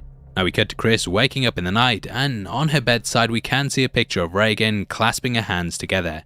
This is of course symbolic of a prayer, and it's something that Chris later does in front of it during the hypnosis scene. When the demon's within Regan, she too joins her hands like this, and from the look on her face in the photo, we're meant to draw the religious connections to see how she's praying for help. Regan talks about how her bed was shaking, and we cut to a shot of the attic to once more let us know that there's something up there. Upon opening it up, Friedkin layers the sound of wind into the ladder to hint to us that Captain Howdy's coming. We get a quick shot of Regan sitting with her eyes open, and then cut to the test with Howdy appearing on screen as she looks up.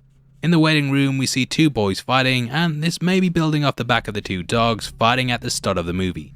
That's probably a reach, but there's this continuing idea of chaos whenever the demon's around.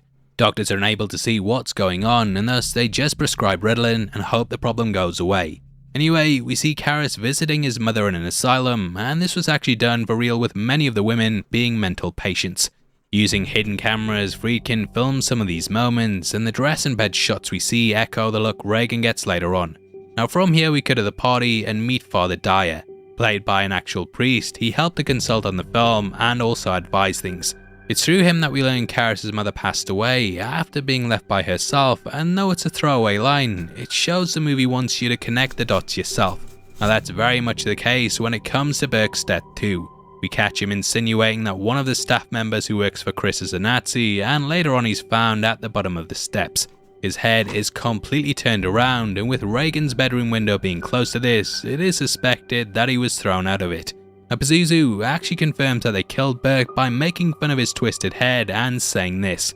You know what she did? Your c***ing daughter? This shows that the demon broke Burke's neck before throwing him out of the window, much like what Kinderman suspects. Now just before Burke's ushered out, we get a shot of Chris putting Regan to bed, and we can see the window open with the wind blowing. The partygoers play piano, which is when Regan interrupts them and urinates on the floor. Again, her dress is very much echoing the asylum patients, and the people there think that she's troubled rather than being possessed. She's put to bed, and then after Chris hears her screaming, she rushes in to see her bed jumping about. Now what you might not know is that this actually caused real life injury to Linda Blair, and she badly fractured her back when filming this scene. led to years of health issues with her, and Ellen Burstyn didn't escape the film unscathed either. During the scene in which Regan throws her to the floor, the stuntman actually yanked the wire too hard, and this also left the actress with back problems that plagued her for decades. We then see tests being carried out as the doctors try and get to the bottom of what's going on, and these are traumatic as hell. Now, in talking about The Exorcist, you'll probably hear stories about people fainting and walking out of the film when they were watching it in theaters. This helped to build towards its reputation, but what a lot of people don't know is that most of the walkouts happen during these scenes. Just not nice seeing a kid put through tests like this, and I don't even think we'll get away with putting them in the video, so they're probably blurred by my editors. You have things like needles going in necks with blood spurting out, extremely loud machines, and they're deliberately put in place to torture Regan and the viewer. There's also a hidden killer in these scenes too, not like it's part of the movie, but an actual killer. At one point we see a bearded radiologist loading Regan into a scanner. This is actually convicted murderer Paul Bateson, who was suspected of being a serial killer that hunted gay men. William Friedkin actually used this as the basis for his movie Cruising, which starred Al Pacino, and it's centered on the murders that Paul was believed to have carried out. Anyway, when they're looking over the x-ray results, we see a nurse pop her head in, and this is actually a cameo by Linda Blair's real-life mother. The doctors visit the house and they see firsthand what's going on with Regan, but all this does is lead to more traumatizing tests. Appearing much like the Virgin Mary herself, we see how Chris is a broken woman now who's very much at her wit's end. Psychiatry has suggested she goes home defeated, and we see her driving home past a big group of people and also an ambulance. Again, we have to put together what's going on here, but this is actually the side of Burke's death, who in the next scene we learn was left alone with Regan. The window's wide open and the wind is blowing in, and Burke was supposed to be up there with her, but he's nowhere to be seen. At this point, Chris learns the bad news, and drunkenness is blamed on Burke falling down the stairs. Now from here we get the spider scene in which Regan crawls down the stairs backwards. This scene was originally removed from the movie because the wires in it could be seen. There was also a moment in which Regan's tongue popped out like a snake, and this was just seen as being a bit too goofy. Friedkin thought it undercut the moment in which Chris learned of Burke's death, so they steered clear from it until they were able to change things digitally. Either way, we cut to Regan under hypnosis, and we can see that her right arm's held up. This is another subtle nod to Pazuzu, and when we look at the statue of him, we can see that one arm is also raised like what we have here. Anyway, from here we cut to Karras running whilst Kinderman watches on. He says, "Did you look like a boxer?" You can catch photos of Karras in the ring earlier in the film. YouTube channel Master of the Macabre did a brilliant breakdown on Kinderman, and they talked about the techniques that he used throughout the film. He gets people to open up to him because he comes across as a friend, and in the end this allows him to ask more questions. With Karras he says, "You like movies?" "Very much." "Well, I get passes to the best shows in town. Mrs. K, though, she gets tired, never likes to go." "It's too bad." "Yeah, I hate to go alone. I love to talk, film, discuss, to critique. You want to see a film with me?" And later on with Chris he leaves by asking if he can have an autograph. That's okay. I really hate to ask you this, but for my daughter, could you please give an autograph? And what's your name? I lied, it's for me. Although he's a fan of film, this is basically him flattering her so they don't end on a bad note, and if they meet again then she's less likely to be defensive. He ends his meeting with Karras by making a joke, and therefore he's more likely to be friendly with him if he comes snooping around again. Exorcist 3 did make it out like they were great friends, which kinda retconning that a bit, mate, but these scenes at least make it seem like they had at least a friendly rapport. Now whilst he finds the clay model at the site of Burke's death, we see as Chris discovers a crucifix in Regan's bedroom. This is the same one that Regan later uses to, and you might wonder how this gets from here back to her bedroom in the next scene. Rob Ager actually did a video documenting it, and when Kinderman arrives you can see Chris put it on the table. She then sits and has a meeting with him, and upon going back outside, the crucifix is gone, showing that Regan grabbed it during this time. After going to Karras, Chris convinces him to see her daughter, and we get a call back to the homeless man from before. "Father, could you help an old altar boy? I'm a Catholic." Can you help an old altar boy, Father?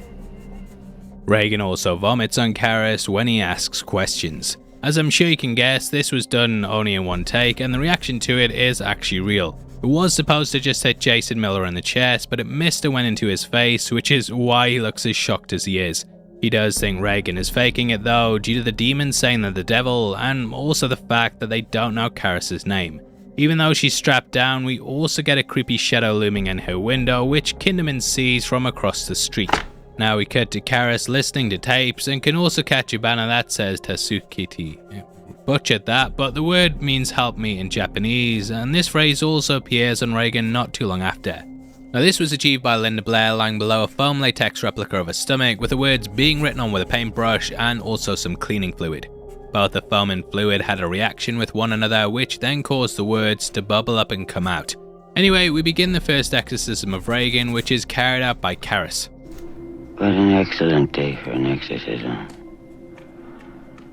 You'd like that? But wouldn't that drive you out of Regan? It would bring us together. Now spoiler alert, but this is what happens at the end with the exorcism bringing the demon and Karis together. Karis also asks the demon its name, and it replies, La plume de ma tante.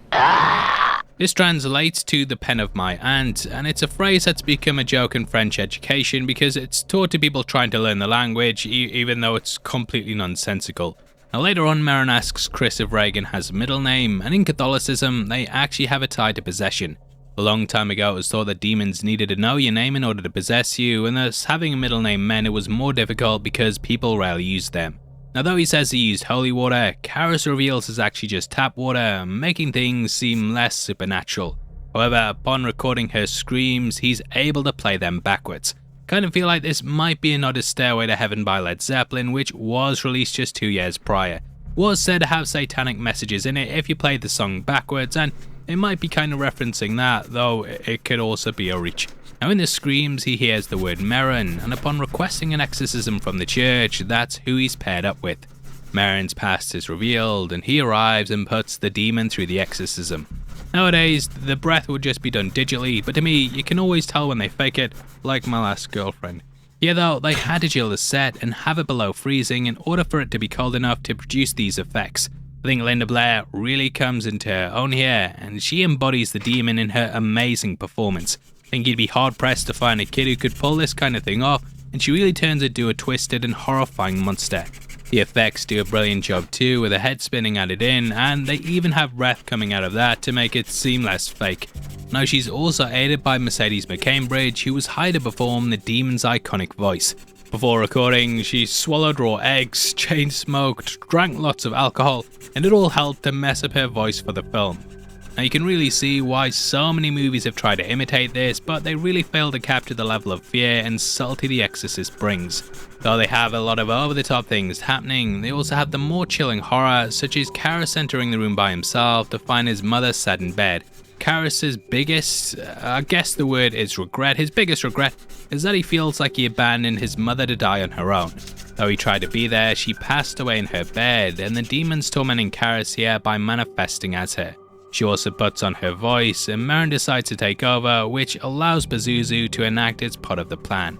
We never actually see Marin's death until The Exorcist 2, which I won't go into, and instead Karis discovers him keeled over with Regan on the bed giggling. Karis attacks, which leads to the necklace being ripped off, and at this point the demon ends up entering him. Hurtling down the stairs, we can guess enough here to understand what happened with Burke, and the movie allows us to fill in the blanks. Now when we see his body lying at the bottom of the stairs, we can also see graffiti on the left that says "Fight Pigs." This is actually a reference to the Bible itself, namely the story in which Jesus exorcised some demons into a herd of pigs. Although Karis dies, Regan is okay, and at the bottom of the steps dies absolves Karis of his sins and gives him his last rites. We do learn things about what really happened here in The Exorcist 3, but I feel like that's a story for another breakdown. Now we end with the family picking up and leaving, and originally we ended on a more ambiguous note. Friedkin said that this was his vision for some time, but Blatty was very much of the idea that they needed to add a bit more to it. This is why we get the lingering shots and moments with Kinnaman and Dyer that give us a bit more of a hopeful and optimistic final scene. Chris gives Dyer the necklace, but he returns it to the family, and this will hopefully help protect them going forward in the future. The theatrical cut ends with Dyer walking past the window, looking at the stairs, and you get the feeling that the demon might have won. However, the director's cut adds a scene in of Kinnaman showing up, and he invites Dyer out for a film. It's much like what he did with Karras, and Friedkin actually said that, and I'm not lying, he said that Karras was somewhat living on through Dyer, and that their friendship was starting again. Bit weird, and the way they end it, it's very like Casablanca, and I think this is going to be the start of a beautiful friendship. Anyway, that closes out the video, and I hope you enjoyed the breakdown. Let me know your thoughts on the ending as well. You know, there's two versions of it, and if you've seen both, I'd love to hear which one you prefer. Now, if you are thinking about rewatching the movie and want to know what one to go with, then there are some differences that you have to bear in mind. The subliminal pop-ins and face changes happen in the version you've never seen before, which is also called the director's cut. You want more of a kind of, I don't know, subtle one, then I would say the theatrical one's for you. Personally, I prefer the little pops and stuff, but that's more because I like doing Easter egg videos and pointing out things that are inserted into frames. Either way, the film still stands as one of the best horrors ever made, and you know what, I hope you've enjoyed this journey with us back through the film.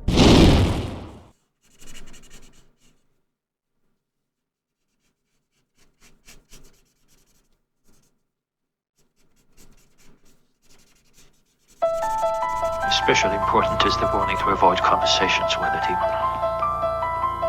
We may ask what is relevant, but anything beyond that is dangerous. He's a liar. The demon is a liar. He will like to confuse us. But he will also mix lies with the truth to attack us.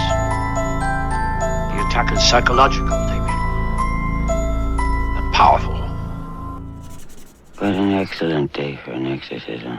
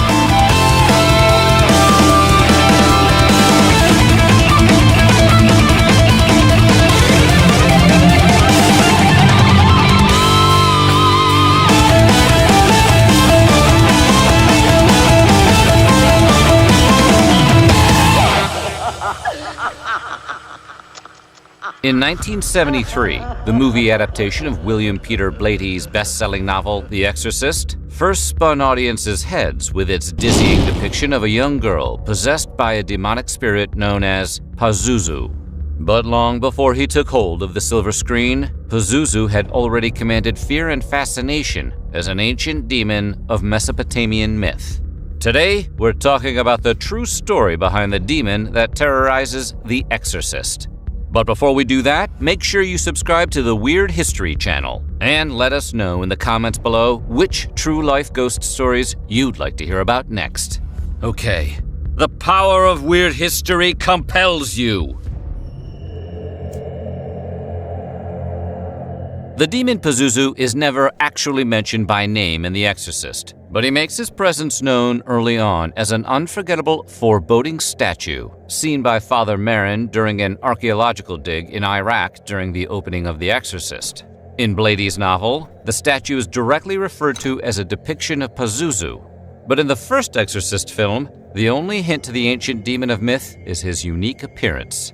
Pazuzu in the film, like in many real-world statues and pieces of Mesopotamian art, is portrayed as a combination of animal and human parts, with his right hand pointing upwards and his left hand downwards, like he's trying to signal a squeeze bunt. He has the body of a man, the head of a lion or sometimes a dog, eagle-like taloned feet, 2 pairs of wings, a scorpion's tail, and, of course, a snake where his nether should be.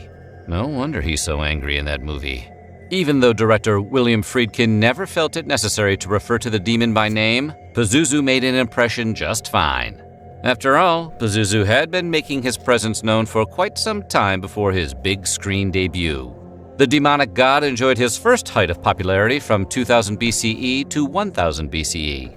But while he now exists as the only Mesopotamian demon to become a pop culture icon, during the time of the Babylonian and Assyrian people, Pazuzu was far from the only demonic god to be feared. Pazuzu was part of a royal demonic lineage. His father, Hanbi, was the ruler of the underworld and the king of demons.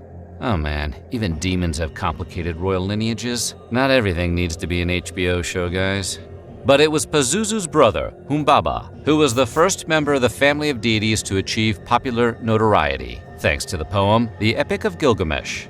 But he doesn't fare much better than his brother does at the end of The Exorcist, as Humbaba was also vanquished by heroes.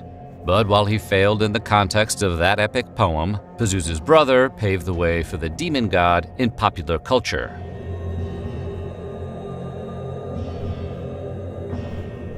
It's possible that Pazuzu made an appearance in the Old Testament, when King Solomon faces a wind demon while attempting to build the Temple of Jerusalem. After capturing this bothersome spirit, Solomon learns that its name is Ephippas. According to the Old Testament, Ephippas destroyed the land and murked its people with his fearsome winds. This method of mayhem bore more than a passing resemblance to the stories of Pazuzu, a demon known to control the wind and use his breath to cause considerable destruction and disease 4 miles around. Kinda sounds like Rodin. If this was a depiction of Pazuzu, it's not that surprising that he went by a different name. Like many other ancient demons and gods, Pazuzu has changed dramatically over the years. Plus, he owed a lot of people money. You gotta keep changing names. His first appearance was in an early Babylonian myth where he was called Anzu, or simply Zu. In this form, he was a gigantic bird with the ability to breathe water and fire. Like at the same time? That seems like you're getting in your own way. Later, Pazuzu was known as a demon god and commanded the wind that blew through Babylon and Assyria.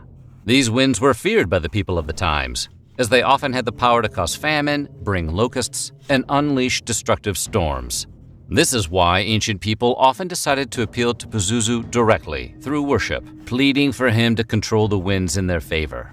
But why would people pray to a demon for help? Well, while the term demon generally means some kind of evil entity in the modern world, this was not always the case back then.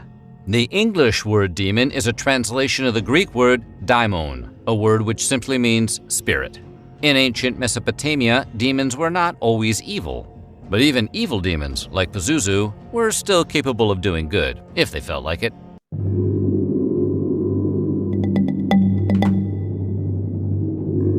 Pazuzu's believers supposed that, as a demonic god and son of the king of demons, he had access to great power and influence. If they sucked up to him enough, he might see fit to extend them. But mostly it seemed like the extent of his power was preventing his fellow demons from messing with his followers. Archaeologists have discovered ancient protection plaques to Pazuzu that were often hung in a sick person's room, so that the demon might protect the ill from other opportunistic demons like himself. So he was essentially a bouncer, except one who was clearly friends with half the people trying to bluff their way in with fake IDs. One of the chief adversaries his followers often invoked him to thwart was Pazuzu's own wife, the demon Lamashtu, who was thought to be especially dangerous to pregnant women and newborn babies. Pazuzu was often called upon to assist during pregnancy and to keep the mother and child safe from his wife. Man, what was that relationship like? But of course, Pazuzu's role as protector of women has sort of gone out the window after his depiction in The Exorcist, a film in which he does, well, the opposite of that. In the novel, the demon Pazuzu wages a long-standing war with the priest Father Merrin that culminates in their battle for the soul of a 12-year-old girl named Regan. The filmmakers omit Pazuzu's centuries-old backstory, possibly because that's a lot of history to dump on audiences just looking to watch a good horror movie. We don't need to know about Pazuzu's royal family drama or his toxic marriage in order for the movie to scare the shit out of us for 2 hours. As we mentioned earlier, the film never identifies Pazuzu by name. Instead, Regan calls him Captain Howdy, which in many ways is a much more frightening name for a demon. There is likewise no mention of the demon's command over the winds, like a villainous X-Man. And the way he possesses and torments Regan doesn't exactly portray him as a protector of women. In The Exorcist, Pazuzu becomes what the filmmakers need him to be, a mysterious force of unrelenting evil. In other words, a good old-fashioned demon. And it worked. The Exorcist film became a worldwide phenomenon and held the record of the highest-grossing horror film of all time until very recently. And without being named, the monstrous state of Pazuzu and his terrifying presence throughout the film were enough to spark people's darkest imaginations. Only in later installments of the Exorcist series, and subsequent appearances in other media, has Pazuzu's ancient backstory come back into the mainstream. While nearly universally panned as a disappointment, the sequel, The Exorcist II: The Heretic, not only officially named Pazuzu as the demon pulling the strings behind Regan's possession, but also returned the power of locust swarms to the ancient being. Which was a good idea. Summoning locusts is both a practical ability and one that looks pretty cool in a movie. The Demon Prince rebounded yet again for the much better received follow-up, The Exorcist III, in which Pazuzu convinces the spirit of a crazed criminal to join him in possessing the body of Father Karras, the priest who aided Father Merrin in the original film. Yeah, feels like they may have lost the thread there, but The Exorcist III does have an all-time great jump scare, so just don't think too hard about the plot. Pazuzu has since gone on to appear in other film installments of the franchise: Exorcist: The Beginning and Dominion, prequel to The Exorcist. He even reared his evil little head in the recent Exorcist TV show, in which he picks up another alias to go along with Captain Howdy, the salesman. Must have been a big Rush fan. Pazuzu's mainstream popularity has propelled him beyond the Exorcist series. On the TV show Constantine, Pazuzu appears in a story where he teams up with the show's hero to face off against his old mythological nemesis, Lamashtu. You remember, his wife? That relationship hasn't gotten any better with time. He even made an appearance in the animated series The Venture Brothers. That's when you know you've really hit the big time. There's also a surprising trend of popular media hiding the statue of Pazuzu as a fun/sinister Easter egg. A statue of Pazuzu has appeared on the album cover by the music group Gorillaz, and it can be glimpsed in recent films like Spider-Man: Far From Home, Godzilla, King of the Monsters, as well as older films like Kiss Kiss Bang Bang and Legend. The statue of Pazuzu has now moved beyond its mythic origins and has been co-opted into a sort of mascot for the Exorcist saga as a whole, as well as just a fun little wink some mischievous creators like to include in their work. Sort of like how Red Rum snuck its way into the background of other movies, TV shows, and video games after Stanley Kubrick's The Shining came out. People like to laugh at the things that scare the hell out of them. If horror as a genre serves any purpose beyond pure entertainment, maybe that's what it is. It gives audiences a sense of control over their fears, even if that fear is represented by something as wild as a half-human dragon monster who breathes fire and water, and who just can't seem to patch things up with his wife.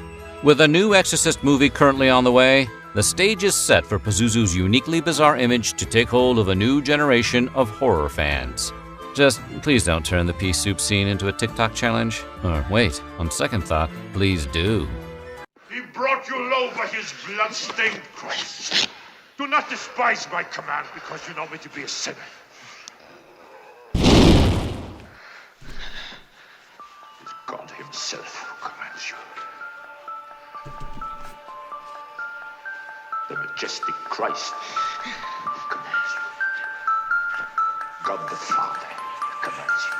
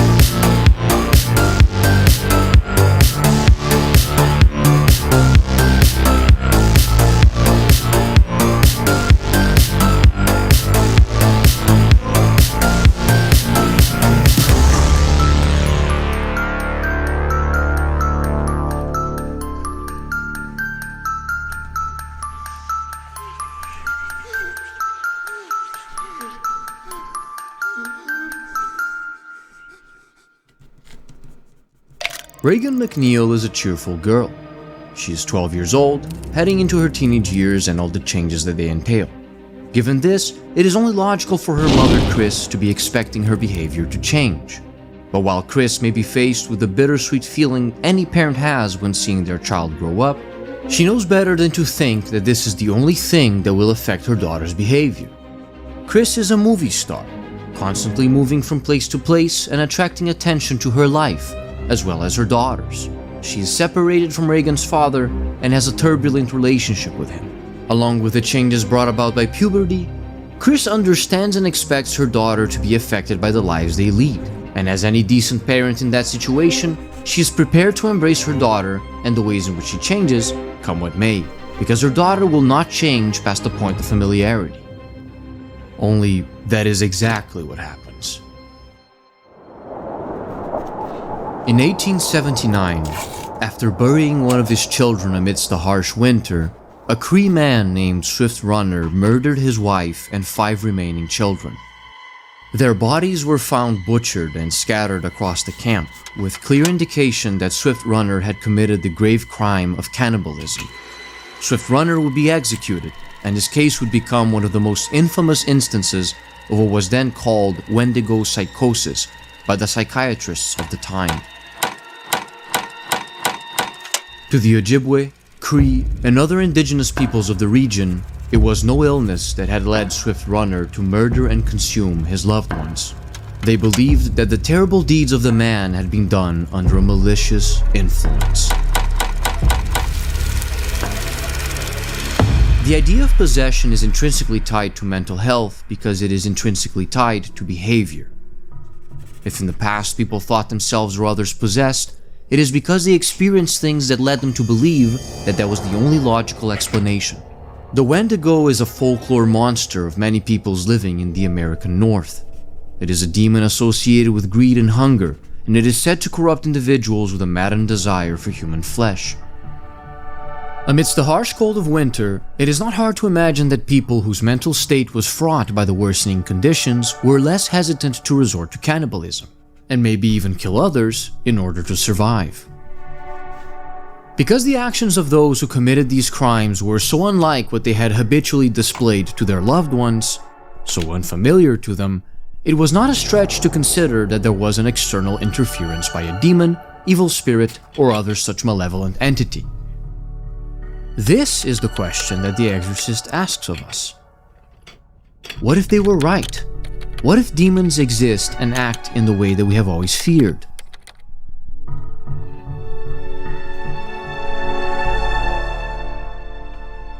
Charms of all sorts have always been carried by people of all faiths. While many amulets of religions across the world are often believed to possess warding qualities, pushing away evil with the idea of supreme good, others seem to draw their power from the supernatural entities they are supposed to represent.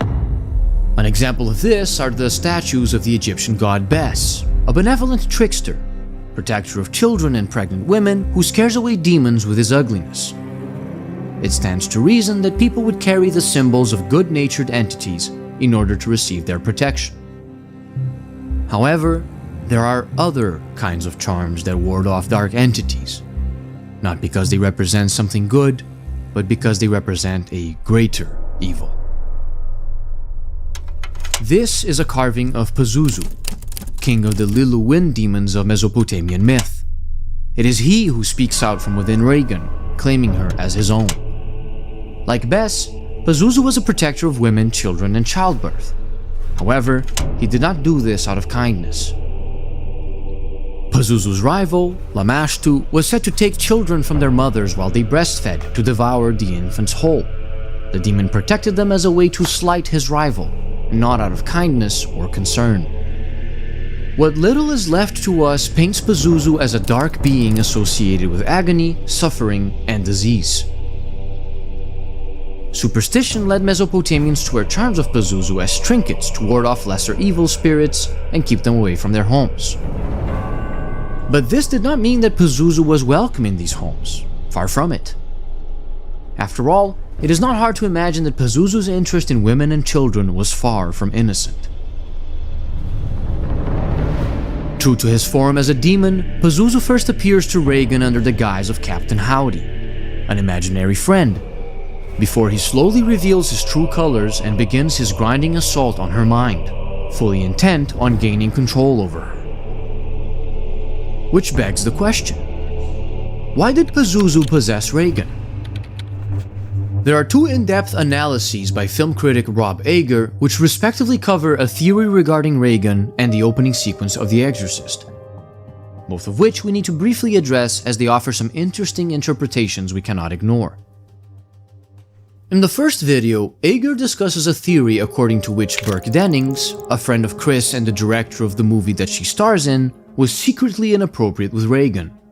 While there is no explicit mention of this, and the book outright debunks this idea, the more obscene moments in the movie seem to work with this theory, and some believe that as the director, Friedkin wanted to imply this.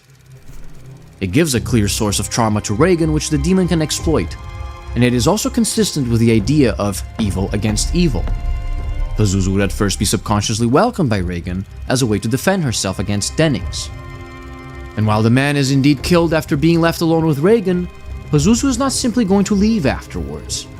He has motivations of his own.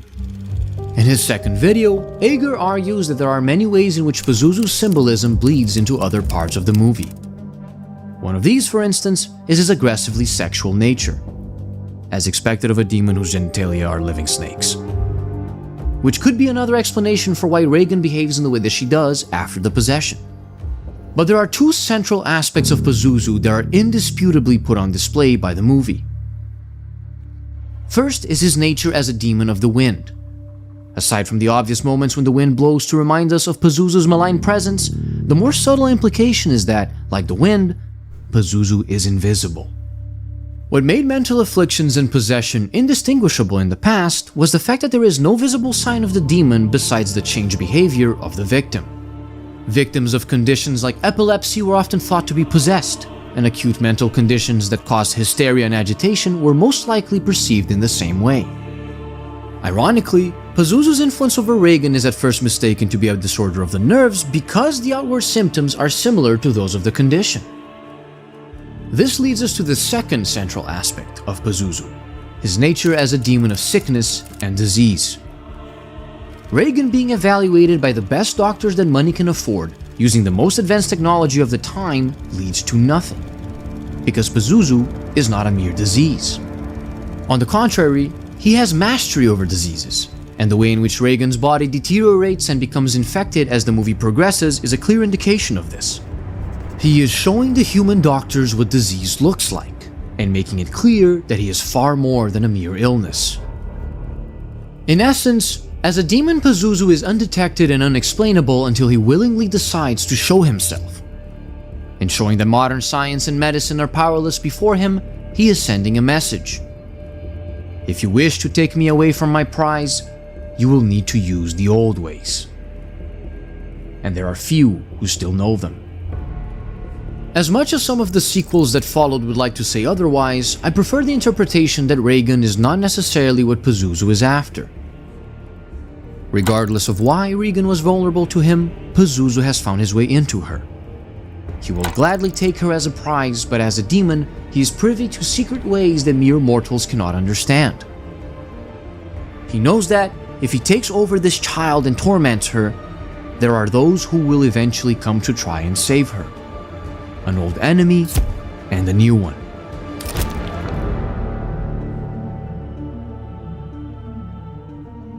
What does an exorcist do?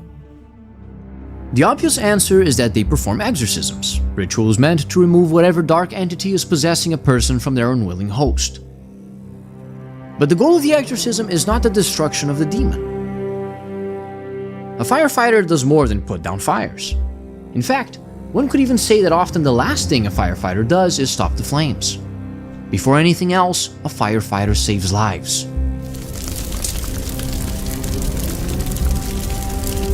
But some fires cannot be put out, not in time to save lives.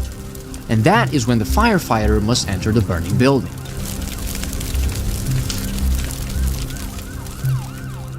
Earlier I spoke of charms as a way of protecting against dark entities, but sometimes more extreme measures are required.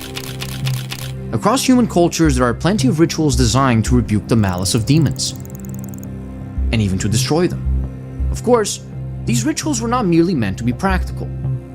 There is symbolism and meaning behind every single one.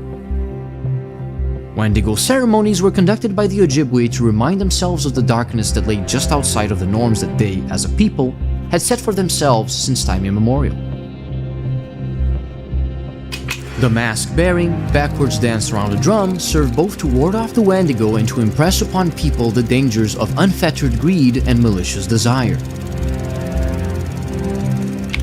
To resist a demon's corruption, one had to have a strong mind and a deep faith in the laws and customs of one's people. The spiritual leaders of the community are the ones expected to convey this message and to protect their people from these unseen threats. Christian faith places a great burden upon priests. They are expected to be like the churches where they preach, inviolable bastions of faith, where no dark entity can triumph.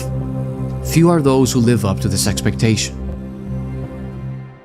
The priest Lancaster Marin is an interesting character. Despite having very little screen time, he still serves a fundamental role to the story.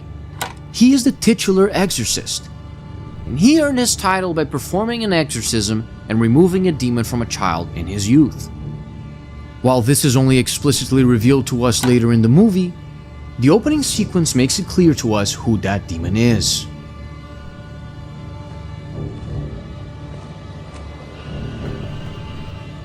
Pazuzu is vengeful, and he is crafty. He knows that throughout all of these years, Marin has not forgotten their encounter. And he knows that back then, Marin had the physical and mental fortitude to endure the exorcism ritual. But Marin has gotten old, and his heart is starting to fail him. The possession of Regan is an obvious trap set by Pazuzu to lure in Marin and have his revenge on the man who humiliated him. The trap is perfect because Pazuzu knows no other priest will be able to perform the exorcism, and that Marin will recognize the return of his old foe. However, there is another man who has incurred Pazuzu's wrath, and for entirely different reasons, he too will be pulled into the exorcism. Daniel Karras is a peculiar man in that he is both a Catholic priest and a psychiatrist. At the start of the movie, we find him living a difficult life. His work requires him to help other priests deal with their own mental health, and this in turn is making Karras lose his faith. To make matters worse, Karras' mother, whom he left behind in New York City as he moved to Washington for work, becomes sick and ultimately passes away after being wrongly placed in a mental institution instead of a hospital. As a psychiatrist, Daniel understands the power that a bad environment can have on a fragile mental state, and how a person's mental state can have an effect on their health. Deep down, he feels that he is responsible for his mother's death, and that he has failed not only as a priest and a psychiatrist, but as a son. It would not be an exaggeration to say that Daniel is at the lowest point of his life when Chris MacNeil contacts him, and that by then, his faith is all but gone. How do you go about getting an exorcism? I beg your pardon? If a person's, possessed by a demon or something, how do they get an exorcism? Well, the first thing, I'd have to get him into a time machine and get him back to the 16th century. I didn't get you. Well, it just doesn't happen anymore, Miss MacNeil. Oh, yes? Since when?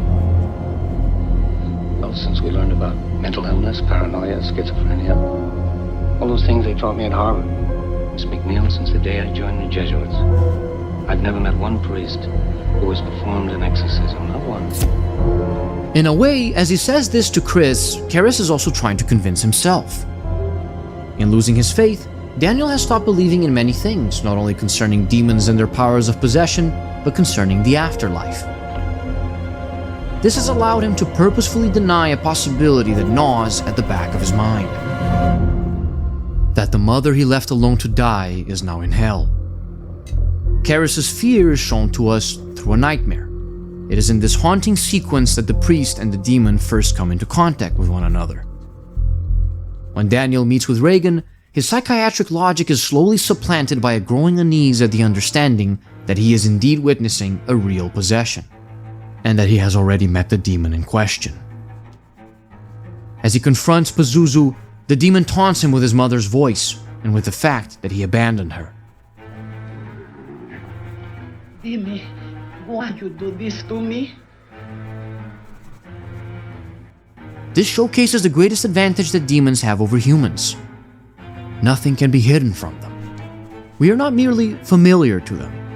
Demons know us far more intimately than our friends, family, and partners ever could. When demons gaze into our minds, they see it all the insecurities, all the fear, all the anxieties and obsessions. They know what feeds our guilt. They know us better than we know ourselves. Pazuzu cannot corrupt Marin because the priest knows the demon and his ways. That is why Pazuzu wants him to try and fail in saving this child, to show him that even if his will is still strong, his mortal body can no longer keep up. But Karras is different. The psychiatrist priest is chosen by Pazuzu because his mind is fraught with guilt and doubt, but also because the very existence of Karras is an insult to the king of the Lilu.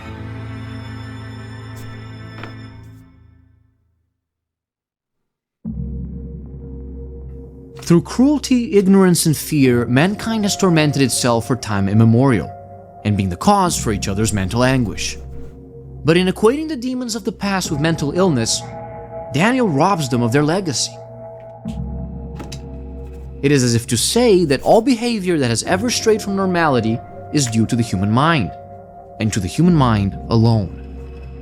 That all of the dissonant music that was ever played was merely produced by the instruments themselves. Demons know of the human mind. For each of us, they know exactly what kind of trauma it would take to change us forever. And they know that because, deep inside, we all hide things that we could never share with others. Because none but ourselves would ever truly understand. Only demons do understand. Daniel Karras does manage what is seemingly one last heroic act before dying, by allowing Pazuzu into his body and jumping out of the window before he can take over, a selfless sacrifice that saves Regan from the demon. But this act is tainted by the fact that Pazuzu knows Daniel's greatest fear, as well as his greatest guilt, and pitches them against each other, giving him an impossible choice. After all, Christian scripture is very clear as to what happens to those who take their own lives. Alas, this is the only way that Daniel can save Regan, and Pazuzu knows that he will make that choice. He knew from the moment he first entered his nightmares. There lies the true cruelty of Pazuzu and of all demons like him. They can possess our bodies and make us do horrible things, but they don't need to. With the strum of their fingers and the thrum of their voice, they can change the sound of our song. And we will play it. What choice would we ever truly have when they know exactly how we are tuned?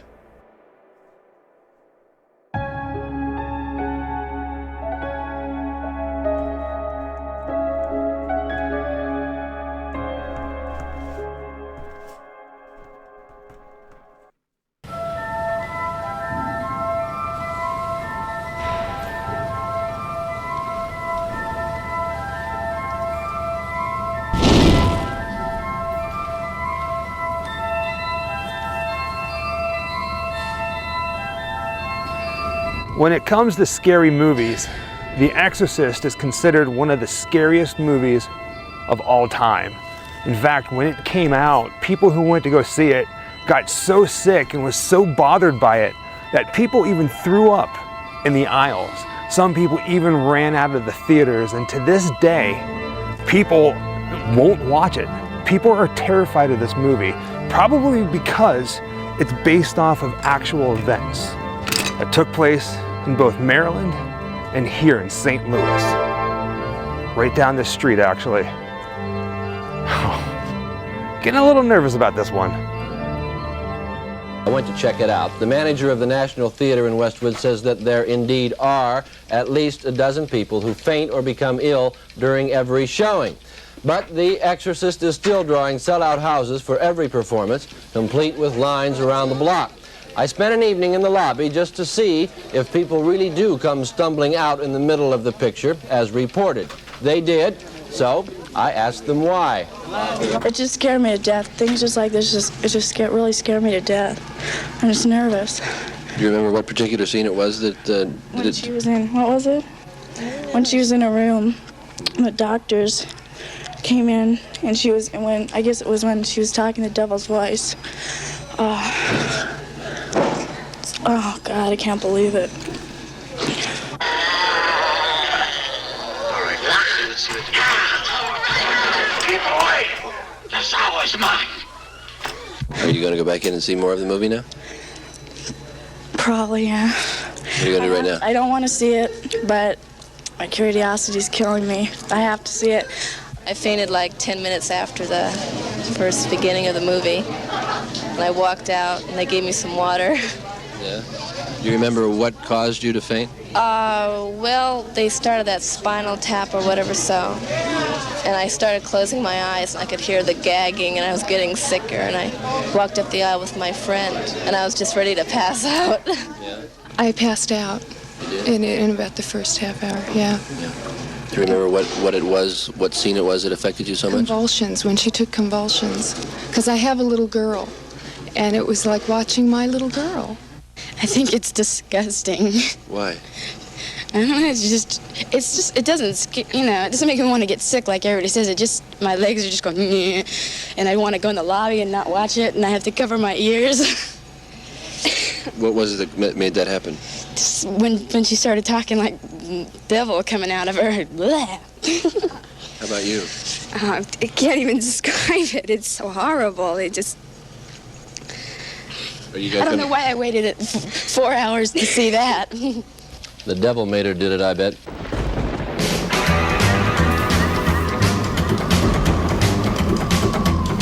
Wherever I come, bad luck just comes my way. Wherever I go, hard luck is that it stays. Good luck never stays a day. Bad luck's always coming my way.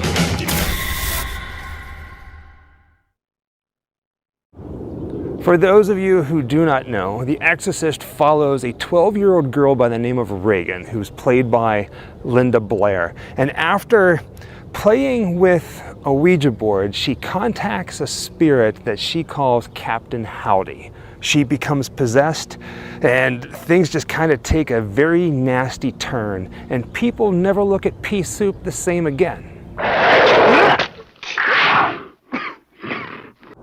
The movie The Exorcist, directed by William Friedkin, is actually based off of a novel by William Peter Blatty, who got the inspiration for his book from a newspaper article about a 14-year-old boy who was supposedly demon-possessed. Now, I found out through your biography that you had actually researched an exorcism that happened with a boy back in 1950-something, was it? It was 1949 Okay. when I first heard of it. And then how did that inspire you to write? Well, imagine hearing about, for the first time in your life, having never heard of possession, hearing the details, so-called details, of an alleged case of demonic possession going on in your neighborhood while you're attending classes at Georgetown University. I mean, it was absolutely startling. And I thought at the time that if one could adduce enough evidence to demonstrate that this was most probably authentic, what a tremendous piece of evidence for our hopes for immortality of the soul, our hopes for everything I was being taught by the Jesuits at Georgetown being an absolute fact. We all want to put our fingers into the wound in the hand of Christ. Now, I guess that's the big difference between fact and fiction. In the movie, it's a 12-year-old girl, Regan, but in real life, it's a 14-year-old boy known as Roland Doe. Now, the church never gave the identity of the boy up until recently. Well, actually, they never gave the identity of the boy. Internet sleuths were able to figure it out and track down the location, so much respect to them. Now, here's the real story in a nutshell. There's a lot of moving parts and a lot of stories and a lot of rumors and a lot of speculation.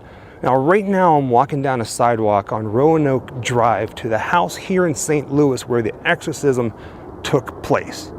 But it originally started in Maryland. But it got so bad, people got hurt, that the family, after seeing the word Lewis cut into Roland Doe's body, they took that as a sign to come here to St. Louis where they had some close family. Now here's where the story starts to get a little strange. Supposedly Roland Doe, we're going to talk about his name a little bit later on, had an aunt by the name of Aunt Harriet who was a bit of a spiritualist, and she was the one who introduced Roland Doe to a Ouija board, and they used to play it together. Now, kind of mirroring the movie, Roland Doe started playing with the Ouija board by himself. And not too long after she died, he started playing with it, trying to contact her. It was roughly, according to reports that I've read, 11 days after her death where strange things, like really strange, things moving, things started to get violent, like poltergeist activity. Those started 11 days after Aunt Harriet's death.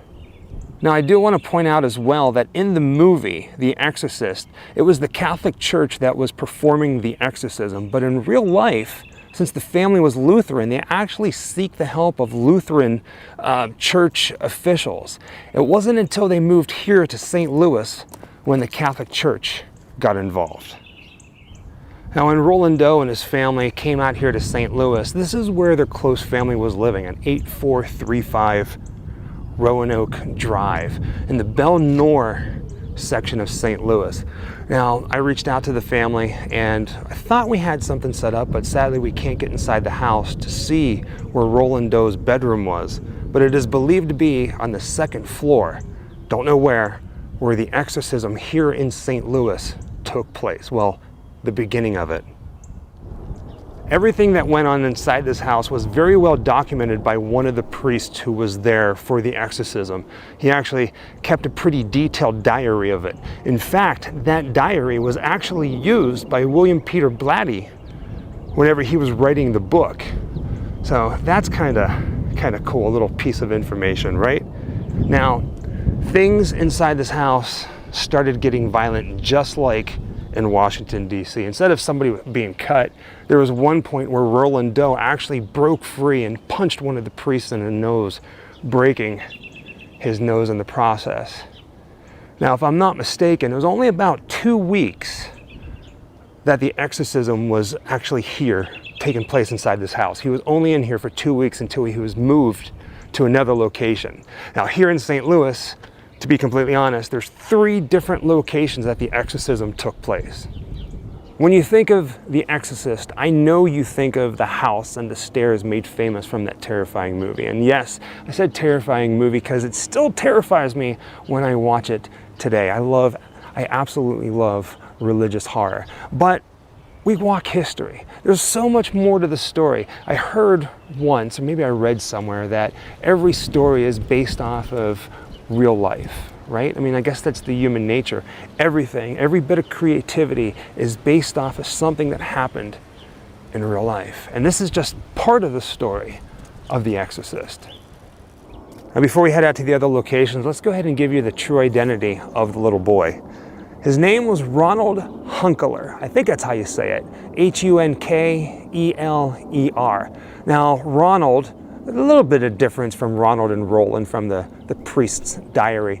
He lived a full life. In fact, I think he actually worked for NASA for quite a few years and he retired. He's passed away now, and if I'm not mistaken, he's buried in Maryland, not too far from where the movie The Exorcist took place. Our next stop in the story of the exorcism here in St. Louis brings us to this church in downtown St. Louis. In fact, not too far down the road that you're looking at is the Fox Theater. Now, you have to keep in mind that when it comes to history, things change all the time.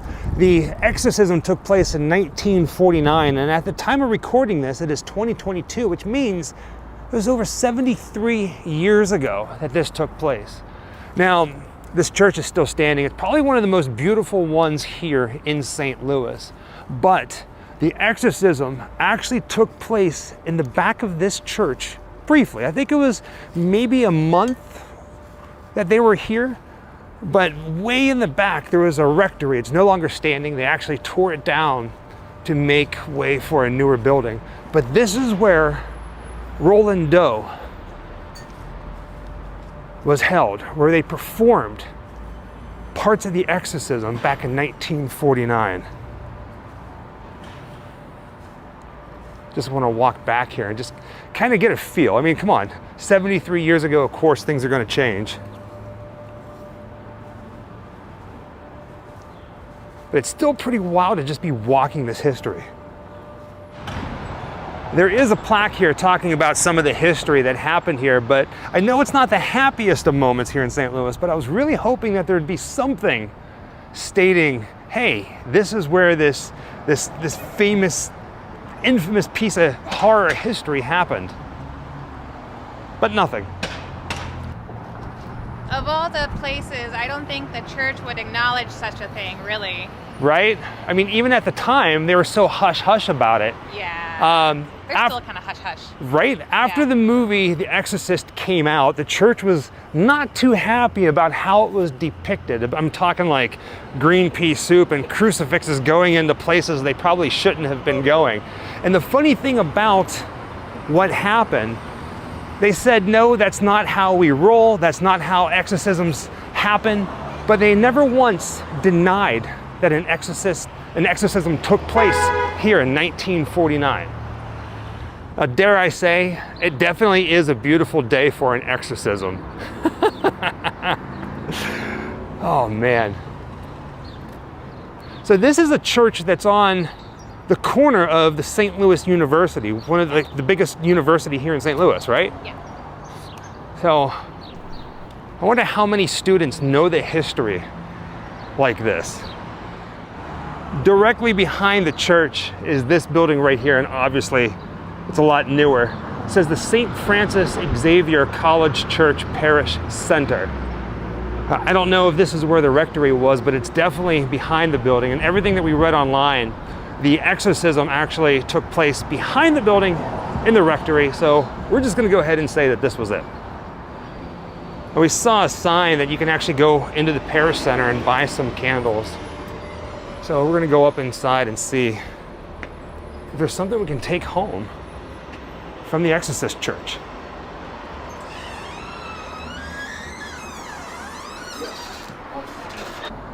Because of everything that's going on in the world, they're only allowing one person in the office at a time. So I have no idea what's going on inside there. Jessica, she was the first in, so I'm just hanging back and hoping, fingers and bones crossed, that maybe we can get a candle from this place. A little, exorcism candle, whatever you want to call it. While waiting though, here's a view from the front steps of the parish center. St. Louis is definitely a place with a bunch of history. Sadly, a lot of it is abandoned or burned down or left to rot, but there still is so much beauty here. When it comes down to it, this is really just a small stop on our story about the exorcism that happened here back in 1949. Again, the building out back is no longer here, so there's really nothing to see, but as walkers of history, you kind of have to stop. It's walking history, walking the steps of this famous incident that inspired so much nightmares and horror. Not only for a family, but for countless of people who watched the movie and read the book. At this point, I'm just walking around the building, exploring. And I came across this little staircase that goes down underneath the parish. Let's get down here so you can see this. There's some artwork down here. I am loved, I am worthy, I am safe, I am seen, I am forgiven, I am not alone. Wow. Even though pretty much everything that took place back here in 1949 was in the back of the church, we're gonna walk through the church right now to show what it looks like, because it's beautiful. I'm gonna keep it quiet because there are people in there praying and doing what they do.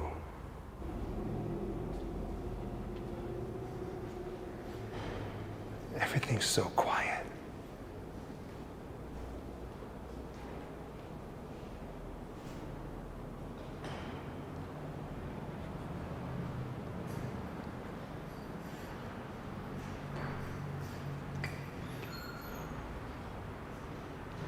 Wow. Truly beautiful. The third stop on our St. Louis exorcism tour brings us to the corner of Broadway and Osage Street. Now what you're looking at right now is the St. Alexia Hospital. It didn't look like this back in 1949, but you see that concrete wall, that rock wall that's right there? Now it's a parking lot, but back in 1949, there was a building that stood here, and this is where the little boy was brought. And this is where the final battle between good and evil took place. Now, I swear this wasn't intentional. It's kind of an unconscious nod to the movie The Exorcist, but if you look right across the street here, there's a lamppost. Now, the story goes, after the little boy, Roland Doe, was successfully exorcised, that good won and the devil went back to hell, supposedly they sealed up that room and nobody ever went in it again. And then the building was torn down. But this is it. Crazy, right? Doing these mini documentaries for YouTube, I often find myself wondering why there are no plaques or anything describing or commemorating the history, good or bad, that happened in these locations. Now, the hospital has been long closed, but whenever it was open, so rumor is, story is, however you want to call it, on their website they had a page talking about what happened here on property. Went looking for it. Since the hospital is closed, the website is sadly gone. But even though so much has changed, no matter how hard you try, you can't erase the history that happened on the property. You just can't. Our fourth and final stop on our St. Louis exorcism tour brings us to Calvary Cemetery. Now, if we were to keep going straight down this road, it's the Bellefontaine Cemetery where the Lemps are buried, and Clark from Lewis and Clark's expedition, they're buried there. Here in this cemetery, however, there's a whole bunch of priests, including one in particular that we've come here to see. Now we're in section 33 of this cemetery, and this is where you'll find the final resting place of Reverend William Bodern. Now, Reverend Bodern, he was the chief priest that was overseeing the exorcism back in 1949. In fact, go a little further with this one. In the movie The Exorcist, his character was portrayed by Max von Sydow. The power of Christ compels you! The power of Christ compels you! The power of Christ compels you! Now, Jessica's really good at locating the graves in the cemetery. Now, we weren't sure entirely where he was buried, but Jessica was smart and she found where all the other reverends were. And this is it.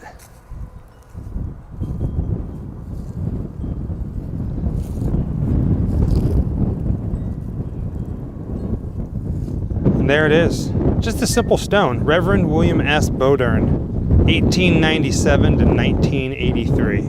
Again. Hello there, Stephanie. Good to see you. Hello. Welcome, Jim. Yeah, I wanted to make sure to go live before Thanksgiving. Happy gobble gobble day for you tomorrow, and enjoy the football as well. But don't worry, this will be all up as a YouTube video as well. Eventually, once I catch up. But welcome, yeah, we're still, got a good amount of time left, so you didn't miss everything, but not to worry. Again, like I said, it'll be on YouTube.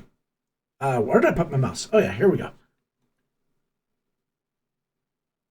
He was the chief exorcist, the chief priest in the exorcism in the 1949 exorcism of Roland Doe, which we know his name. Crazy, right?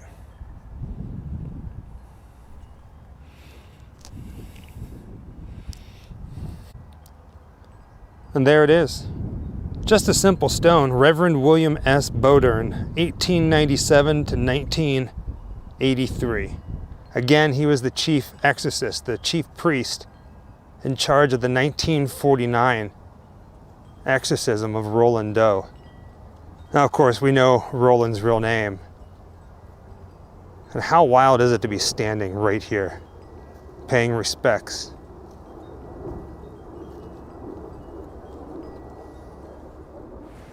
The wind is really starting to pick up out here in the cemetery. But that's okay. I think that's pretty much it for our tour, our visit of the Exorcist locations here in St. Louis from 1949, 73 years ago at the time of filming this. It's funny, we get a lot of requests to come out here and visit the exorcism house. And we try to take requests and make them happen. We do a lot of research, so we knew about this place, and Jessica being from here, we wanted to come back, and it was on our agenda. So it was pretty special to do that. And of course, we don't like to just visit one little place. We want to visit everything. We want to try to tell as much of a complete story as we possibly can, because after all, it is history and it is people's lives. With that being said, thank you for joining us on another grim adventure. And as always, happy Halloween.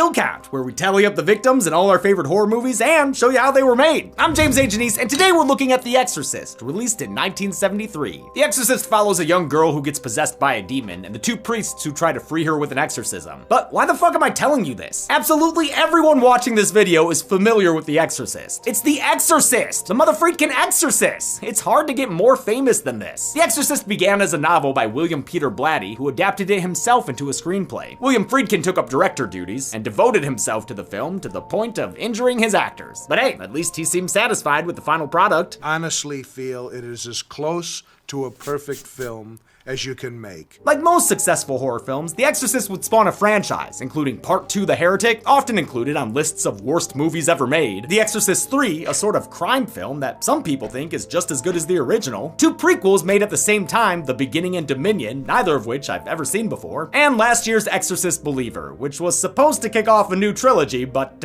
we'll see about that. Right now, I'm only going to look at the first 3 films. I don't think many people care about the prequels, and honestly, I'd like to move on to more fun stuff. By now you probably know that I like to like things, so it might be strange to hear that I'm not really a huge fan of The Exorcist. I guess this is my hot take, my Flynn in a Sea of Swords, my Family Guy Godfather scene. I just don't love The Exorcist, even though I love plenty about it. I love its compositions, its acting, and of course its incredible theme Tubular Bells by British musician Mike Oldfield. Love me some prog rock. I also think the movie gets way better in its second half, and when the horror gets going, it really gets going. I won't deny that. But a lot of the earlier scenes feel awkward to me in terms of acting and editing. Like, they end so abruptly. You're close! It's just kind of weird, you know?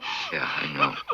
But maybe I'm just an idiot because this was literally nominated for Best Editing at the Oscars. In fact, The Exorcist was nominated for 10 Academy Awards, including the big one, Best Picture, though it lost to The Sting. And of course, it's beloved by many, often topping lists of best or scariest horror films ever made. So don't worry, I know that I'm the weird one here, and I'm not gonna spend this whole video bashing it or anything. This is still a stone cold classic, and I can respect it even if it doesn't personally resonate with me, despite being raised Catholic and going to Catholic school for 5 whole years. Will an all-time classic horror film give us... What? It's the Scarewood. It's trying to tell me something about today's sponsor, Raycon. I see Editor Bree trying to work, but she can't with all that construction noise. If only she had Raycon earbuds. With noise isolation and awareness modes that you can switch through with just a tap, they're perfect for shutting out the noise around you. Now where am I?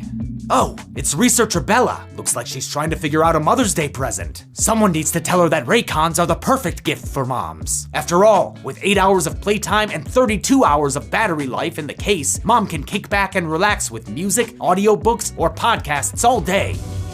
And I would know. My Raycons are part of my daily life. I use them when I'm working out in the gym, taking Molly out for a walk, or drowning out the encroaching darkness of existence. I mean, when I'm relaxing. You don't need the Scarewood to see if Raycons are right for you. Just click the link in the description or go to buyraycon.com/deadmeat to check them out and get 20% off your purchase plus free shipping. Will an all-time classic horror film give us all-time classic kills? Let's find out and get to them. The movie begins in northern Iraq. Amidst this city of dugouts, a kid frickin' parkours his way to a priest. And that something is a dirty demon sculpture. Priest and paleontologist Lancaster Marin knows a bad omen when he plunders one. And this one scares him so bad, he goes dipping into a snuff box of pills. Pills are good, father. Pills are good. I used to hate the beginning of this movie for being boring, but now I love how measured and real it feels. I mean, yeah, it's mostly just an old guy walking around town, but it's a great look at a culture people wouldn't have been very familiar with. They filmed in and around Mosul, Iraq, with the dig itself filmed in Hatra, an ancient city that was later designated a UNESCO World Heritage Site. Shooting in Iraq proved difficult due to its extreme heat and the political situation. They were shooting in the same area Colonel Nazem Khazar was hiding in after plotting an assassination on President al-Bakr. Now that he's all pilled up, Marin returns to the dig site and sees a much larger statue of the sculpture he excavated. Although the movie doesn't officially name the entity, the book and sequels identify it as Pazuzu, a Mesopotamian spirit / recurring icon for gorillas. Pazuzu's powers are kinda nebulous, sometimes clock stopping, sometimes dog riling, and sometimes almost causing carriage mishaps? I don't know. 10 minutes in, we move to Georgetown, outside Washington, D.C., where Chris MacNeil is living with her 12-year-old daughter Regan. Chris is an actress, like a successful one. She's got a house staff and shit. They're so rich their pastimes are horse riding and horse quizzing. Mayor, gelding, what? think it was a gelding. Chris is so famous, friggin' Nixon is inviting her over for dinner. So you got an invitation. What's this? Dinner at the White House. I bet part of the blacked out Nixon tapes was him saying, "Your mother sucks cocks in hell." The character of Chris MacNeil was inspired by and written for William Peter Blatty's next door neighbor, Shirley MacLaine. She turned the role down and it wound up going to Ellen Burstyn, who Blatty liked from The Last Picture Show. Blatty was a comedy writer, but when that genre dried up, he wrote about an exorcism he had heard of as a junior at Georgetown University. It involved a 14-year-old boy from a Maryland suburb who, in 1949, apparently caused poltergeist activity and had mysterious welts and branding appear on his skin. To heal him, he underwent a 3-month-long exorcism. For the film adaptation of his novel, Blatty wanted an agnostic director who wouldn't be biased towards either religious belief or skepticism. He chose William Friedkin because he liked The French Connection, though Friedkin wasn't a fan of his initial screenplay. And I took it home and eagerly read through it, and I thought it was not very good. I thought it was overwrought. I thought that it was filled with a lot of symbolism and underlined, and it wasn't the novel. On set, Chris notices a local priest. It's okay if you didn't, though. This is an awful introductory shot for a character. My eye keeps going to this dude, not the guy who's dimly lit and like ducking out of the frame. This is Father Damien Karras. Wait, where'd he go? Oh, okay, there he is. A psychiatrist Jesuit who lately has been experiencing some extreme Catholic guilt, also known as standard Catholic guilt. I think I've lost my faith. He might be having a crisis of faith because working for the Lord pays like shit. I mean, his mom is stuck living in a neighborhood where child gangs destroy cars like a Street Fighter bonus stage. What's worse is that she's sick, but doesn't want to be moved to a home, especially not one he can afford. This is my house, and I'm not going no place. I love this lady, and her cute little nickname for Karras. Eventually, she has an accident that lands her in a crappy hospital where, hey, at least it looks like Dimmy is popular with the ladies. Just kidding, this sucks. Things are really rocky for this guy. Father Karras is played by Jason Miller, a stage actor and Pulitzer-winning playwright in his first screen role. As a Jesuit dropout, he brought an authenticity to the role that got him nominated for Best Supporting Actor at the Oscars. The first sign of trouble at the MacNeil house is when Regan introduces her mom to the strange man who lives in the Ouija board. Captain Howdy, do you think my mom's pretty? Captain Howdy?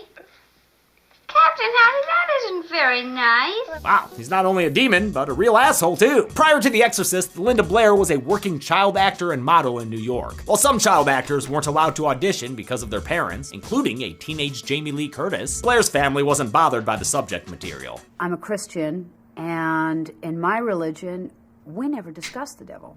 So to me, it was a fictitious character like people think of Frankenstein. For a while, Pazuzu keeps his powers on the low, like shaking Regan's bed off screen and making candles go off like faulty stove burners. Things start to get more intense down the street when a priest walks into a church to find the Virgin Mary way more stacked now. For real though, as someone who grew up Catholic, this is a disturbing sight, and I love the way it's revealed. You see the statue's face in the foreground when the priest first enters, and then watch him from basically the statue's POV, just waiting for him to eventually look in this direction and discover the desecration. Unsurprisingly, The Exorcist got negative press from several religious groups, including influential Christian evangelist Billy Graham, who said it was tainted by the devil himself. It probably didn't help that Studio Warner Brothers was headquartered at 666 Fifth Avenue in New York. Linda Blair would become a lightning rod for much of the criticism, with Graham accusing her of glorifying Satan. Real cool, dude. Blair received so many death threats, the studio hired a bodyguard to keep her safe. It was so controversial, so of course I am at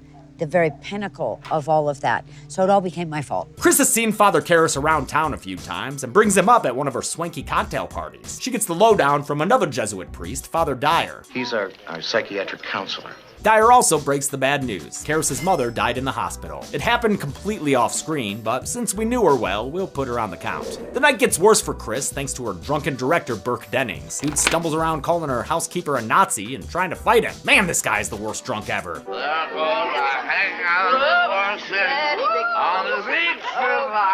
The night is completely spoiled when Regan comes down to join the party. Actually, had it right the first time. Damn, what is wrong with this girl? You just take your pills and you'll be fine. Well, can't argue that. Pills are good, except they might not help when the bed starts shaking on screen. Calm down though, we get these every few years in LA. Karras has a guilty nightmare since his mom died all alone. It has big ring tape vibes to it, including muffled sound designs and flashes of a face. Did you catch that? It's subliminal in an unnoticeable way. The face of Captain Howdy is played by Eileen Dietz in makeup that took took 3 hours to apply. It only appears for a couple of frames in the theatrical cut of the film, but was more prominent in a teaser trailer that was never released after test audiences allegedly puked. Yeah, that was probably from all the flashing lights, y'all. Doctors are consulted to cure Regan of her sudden potty breaks and sudden potty mouth. Fucking bastard! They think a brain lesion might be causing her strange behavior. I really don't understand how her whole personality could change. Well, let me tell you a story about a man named Phineas Gage. They run tests that are difficult to watch just because of how real they're shot. Anyone who's had medical procedures done can feel the sharp pains Regan's experiencing. In fact, these medical scenes caused more walkouts than any of the film's blasphemy. Do you remember what caused you to faint? Well, they started that spinal tap or whatever so. But even the sight of blood shooting out of a 12-year-old's neck isn't the scariest thing in this scene.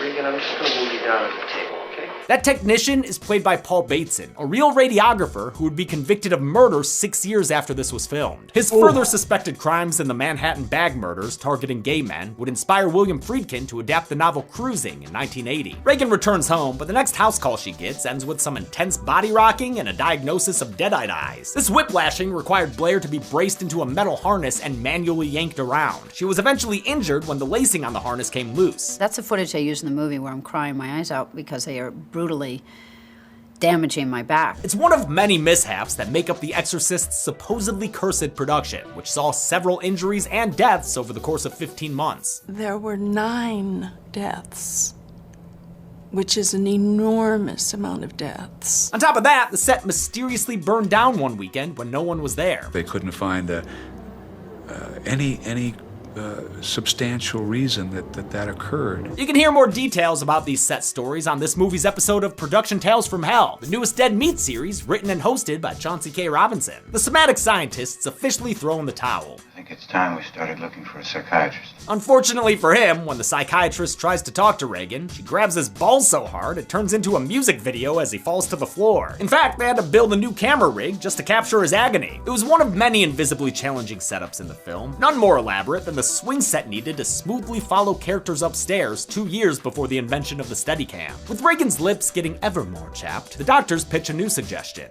You ever heard of exorcism? Before Chris can figure out if those are covered under her SAG health insurance, she gets some news about her drunk director. Burke's dead. While she was out, Burke Denning stopped by and wound up falling out of Regan's window. He died after further falling down the massive set of concrete steps inconveniently located outside. As originally scripted, this emotional moment would have been ruined by one of the film's goofiest scares. The effects didn't work as well as they'd hoped, so the infamous spider walk was nixed. I agree with that decision. I mean, her little tongue flicks look so damn silly. It was put back in for a re-edit done in 2000 called The Version You've Never Seen. Friedkin oversaw those changes to appease his buddy Blatty, who resented the cuts he made at the studio's suggestion. And for a long time, he didn't even speak to me.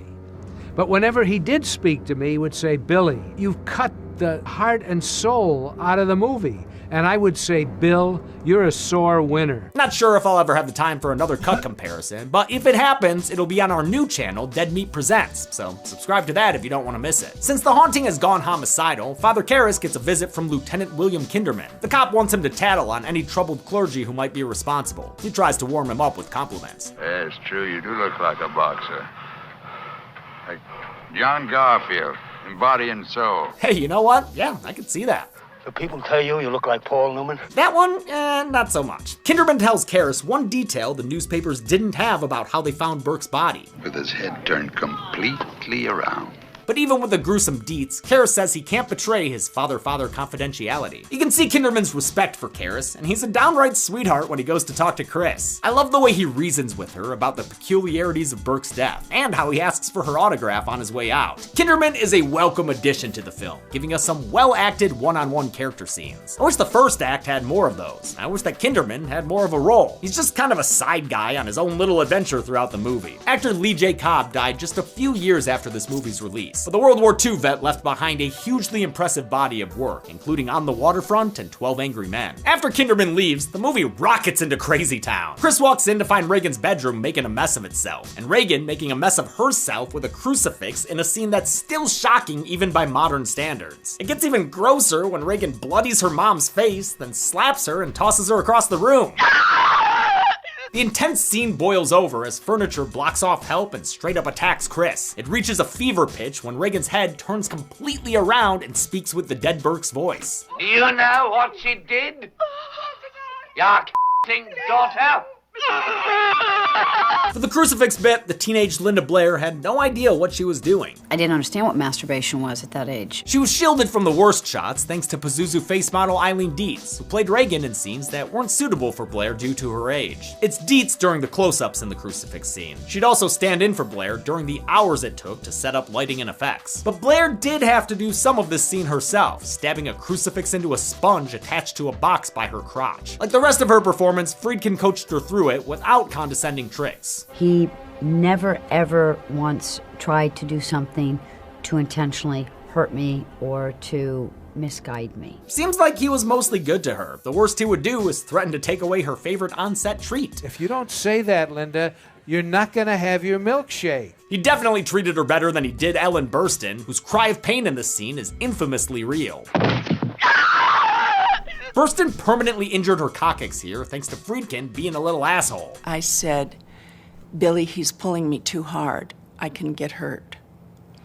And Billy said, well, it has to look real. Friedkin denied that she was injured, and I don't think ever apologized for it. I know sometimes directors can be hard on their cast and crew to achieve the vision they want, but unsafe behavior like that is never okay for a movie. Finally, the awesome practical effects of the room freaking out and the furniture attacks were done by effects artist Marcel Vercouture. He used piano wire to make the furniture move and flung objects around using a chute and compressed air tanks. Man, this looks like fun to do. After the insanity of that scene, Chris is fully on board with the exorcism plan. She asks Father Karras to do the honors, but he only agrees to see Regan as a psychiatrist, thinking it's a mental health issue. The child formerly known as Regan tries to taunt him by saying his mother's in hell, so Karras counters with a little pop quiz, asking her for his mother's maiden name. What is it? Huh, never seen someone get sick over a password recovery question like that. That vomit was actually porridge with pea soup coloring that was pumped out of a tube hidden by makeup. Dietz once again stepped in to test the apparatus and film some shots with it. The puke was only supposed to hit Miller's chest, but a happy accident caused the first take to be the best take. Maybe my vomit is getting a little cold, so I raised up trajectory a little bit, and I maybe cranked on a little bit, and anyway, when I let go, I hit Jason flush in the face. Regan claims she's the devil and suggests Karras perform a spectacular procedure. What an excellent day for an exorcism. To goad him into it, she does stuff like opening drawers by herself, but still refuses to engage in the father's tests. Do it again. In time. No, now. In time.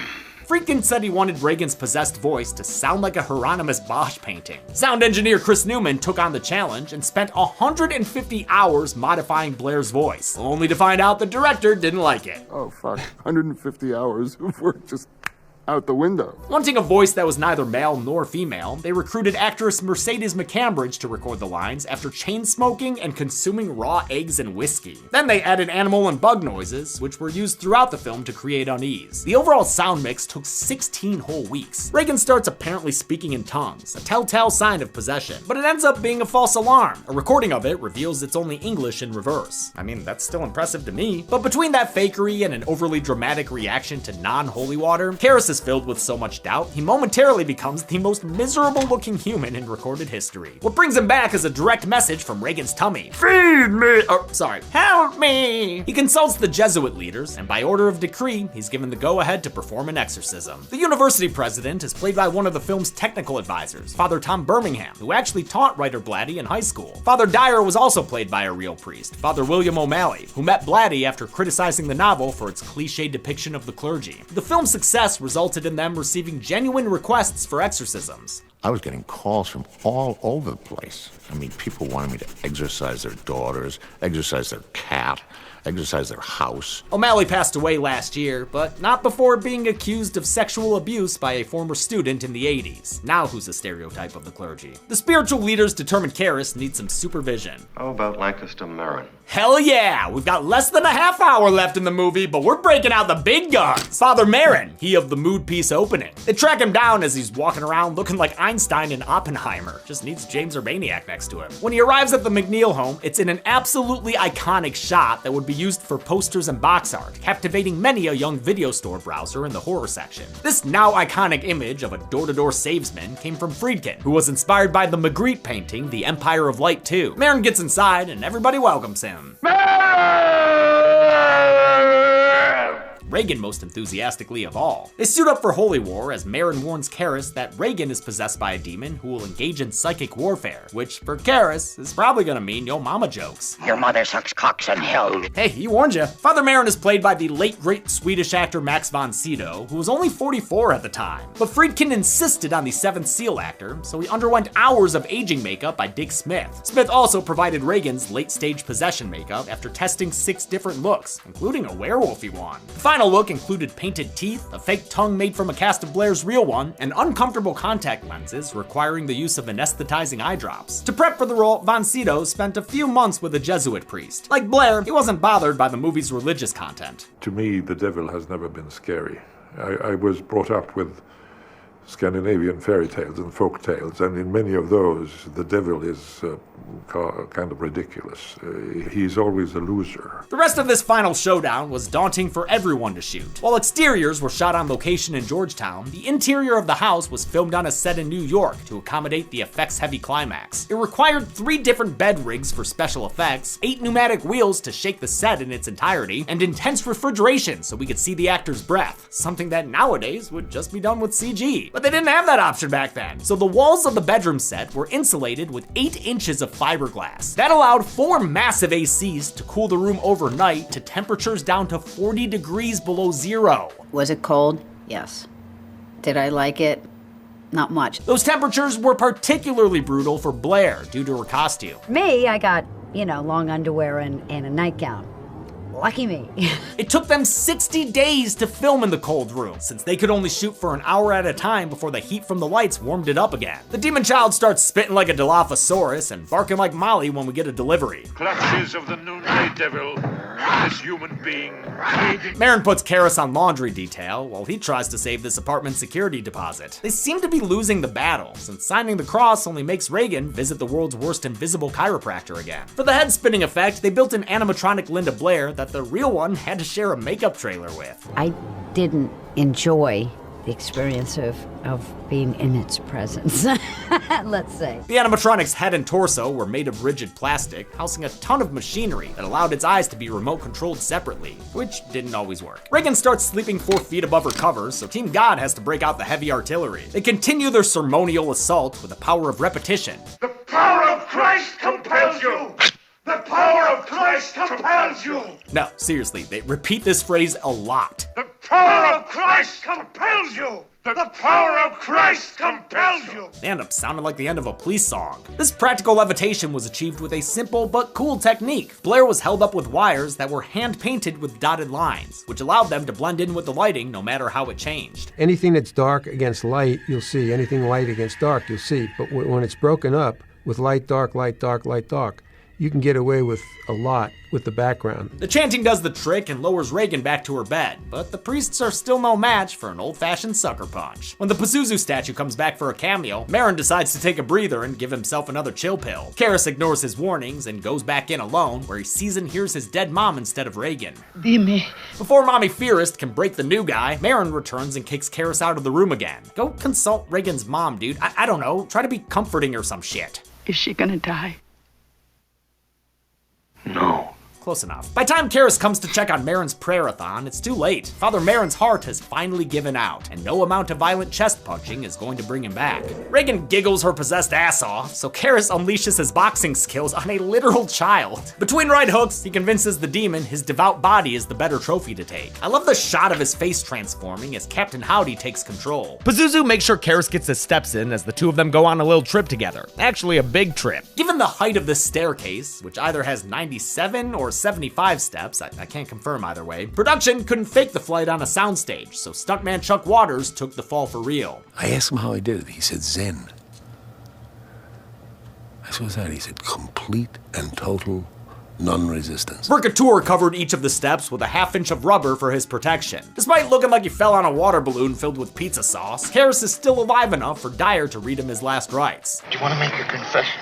Just not alive enough for him to respond. To get Dyer properly emotional, Friedkin directed the non-actor with his usual finesse. You belted me right across the chops. The director obviously took extreme measures, even firing guns on set to get reactions from the actors, but his cast seems to speak of him in mostly positive terms, out of respect for achieving his vision for the film. I love him, but he's a maniac. Also, stop typing right now with your comment about me missing this kill. We'll see in the third movie that Karras technically survived. Sometime later, the MacNeils are ready to McPeel out of this place. Thankfully, Regan isn't scarred by the experience. She doesn't remember any of it. Father Dyer sees them off, and the movie ends with him remembering to always hold on to the railing. How many kills did this demon rack up while possessing a preteen? Let's find out and get to the...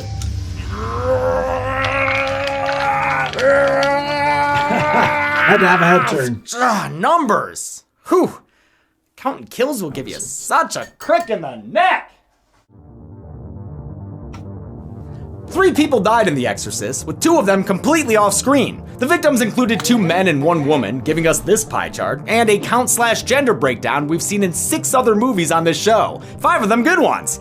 You're the outlier, Dream Child. With a runtime of 122 minutes, The Exorcist had a kill on average every 40.67 minutes. Golden Chainsaw for coolest kill goes to, no one. All these kills were boring. But this once again makes clear that a horror movie isn't defined by its kills. Dull Machete for lamest kill goes to Burke Dennings, because honestly, I don't buy the whole window to staircase thing. Look at this shot. Look at the distance there. That is way too much distance to cover. And that's it. The Exorcist came out the day after Christmas in 1973. Despite a small opening, word of mouth spread quickly thanks to the audience's physical reactions. I was just ready to pass out. I think it's disgusting. Theaters reportedly kept smelling salts and barf bags on hand. It would end up being Warner Brothers' highest grossing film, and adjusted for inflation, it's still in the top 10 for highest movie grosses of all time. With that kind of success, a sequel was inevitable, which I'll be looking at next week. Until then, I'm James A. Janice. This has been The Kill Count.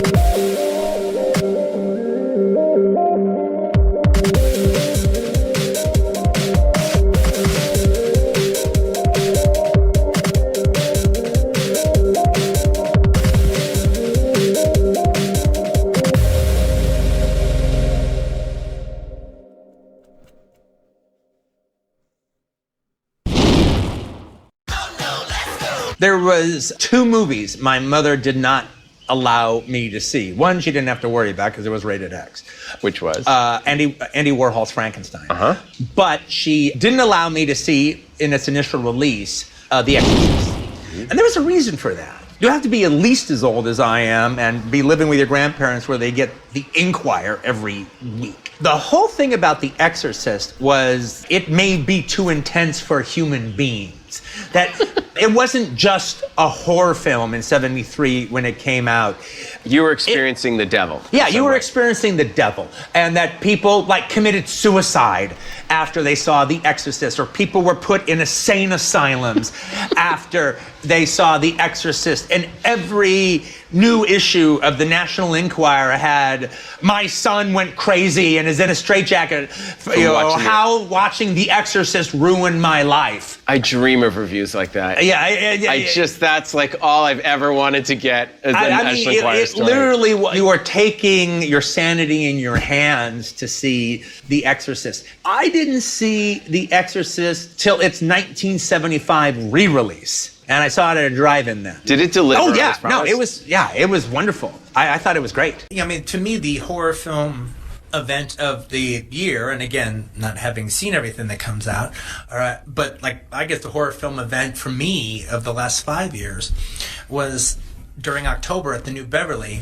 We got a print of The Exorcist and showed The Exorcist every midnight on Saturday. And normally we change the screenings up. It's like a different midnight movie every Saturday. But that one for October, let's just show The Exorcist. Can I just ask you if it was? It was the 2000 one. That's the only one you can find. That is the only one you can find, and I prefer the earlier one. Well, here's the thing about that though. That was very interesting to watch because I hadn't seen the 2000 version, and I'd heard Edgar Wright, and I heard a whole lot of people say exactly what you're saying.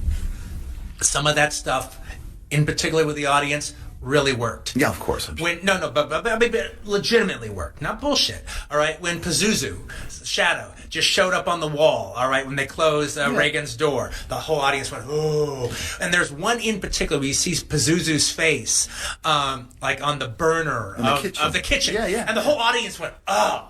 And not only that, it was like Jason Miller. Joshua Miller, Jason Miller's son, was at the theater, had said the same thing. I don't really like the 2000 version. You didn't need to do anything to it. And then when the whole audience responded to that little burner shot, all right, he goes, they seem to like it, Right. But what was really interesting was to watch a movie from 1974, and that theater was jam-packed every Saturday. And people had either they'd seen it or maybe they think they'd seen it, but they were in this movie theater with all the vibe going on in that theater at midnight. And that was a horror movie. Everyone really, really got into it. We showed devil-themed trailers before it started, and it was a feeling unlike I saw it twice during that month because it was just such an exciting experience to watch The Exorcist during those midnight screenings with that audience. And I'm sure most of them had seen it to some degree or another, but they really hadn't. Right. Compared to how they felt that night. Well, it's also a great movie. Yeah. The Exorcist is a great movie and really gets better with age. And when you look back at 73, when it came out at the end of 73, it really is more of a cinematic achievement than I think people might have thought 5-6 years after, even though it was. I agree. I mean, it's really almost holds up. It's kind of a perfect movie. Yeah, it's perfectly cast. Yeah. The tone is fantastic and it is perfect, and it's also one of the most realistic horror films. Yes. Until it's not, but then it sold you this whole new version of realism. Now, oddly enough, Pauline Kael hated it. Well, she kicked the legs out from under it into one big absolutely degree that I don't think I ever would have thought about earlier. And now when I look at it, that's one of the things that makes me love it, is the fact that it's The Exorcist's big achievement isn't the fact in convincing you that the devil exists. The Exorcist's biggest achievement is convincing you that Catholicism could handle it if he did exist. Right. Or that Catholicism is actually the one true religion. Yeah. In order for the devil to respond to holy water, he has to be completely indoctrinated in Catholicism. That's true. A priest would have to mean something for an exorcist to work. Now, I don't believe in Catholicism, but the idea that but at the same time, I don't believe in a big giant ape, but I do when I'm watching King Kong. Right. So in the course of watching The Exorcist, I do believe in Catholicism. I think she thought it was the biggest recruiting poster since the Bells of St. Mary. The Exorcist was. Yeah, but no one ever when everyone was worrying about, oh my God, did this movie actually capture the devil? Is it going to ruin your life if you saw it? Which is the talk in 73 and 74. No one ever talked about how the fact that just one religion had the expertise to handle the devil. What if Reagan had been Jewish?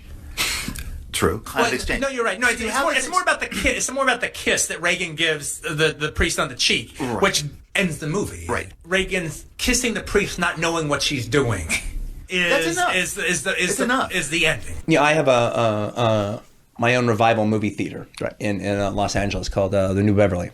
I got a gorgeous print of The Exorcist. And we showed it every Saturday at midnight during the month of October. And actually, Friedkin doesn't allow film print. My thing about my theater is I only show 35 millimeters, sometimes 16, but no digital. Right. And he actually doesn't allow film prints to be shown of The Exorcist. He only wants DCP. So I called him up personally and asked him, and he allowed us. He gave Warner Brothers permission for me to show The Exorcist on film. And so we showed it, and it was an amazing experience. I actually hadn't seen the movie in quite a while, and it was killer, absolutely killer. And so good that I went and saw it like twice during the month that it played, the 4 times at midnight. And I sit there and watching it, and I imagined doing like a horror movie like that. And I even started reading some of the horror novels of the day to see, is there just one? Yeah. Was it made into a movie, or was made into a movie, wasn't made well? I was like reading The Sentinel, all right? And to see, well, how's that as a book? Actually, the book's really horrible. I'm still reading it, but I still want to get to the end of it. But all right. But I had to be honest with myself, and I could never make The Exorcist the way he made it, because I don't think I could commit to that sober tone. And that's what the film is. It's that atmosphere that just lingers over that you and just washes lingering, you. Yeah, it's one note, but beautifully one note atmosphere. I would be forced. I just could. But I don't think anyone wants me to do that. Right. That would be me working at half speed.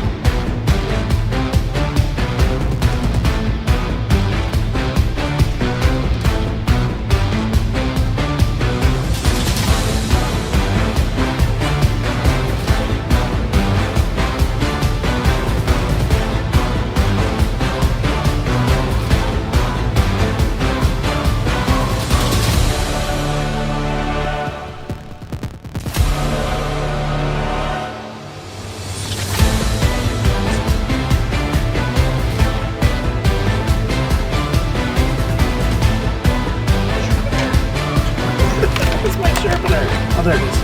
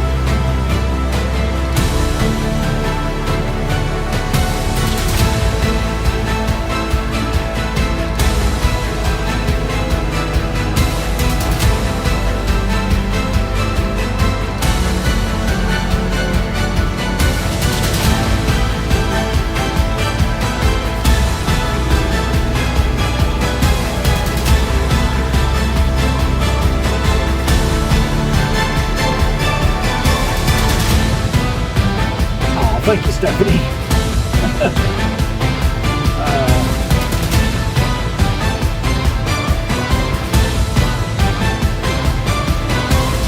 It has been it's been a hard couple months, but we're eventually I will get back to a normal schedule.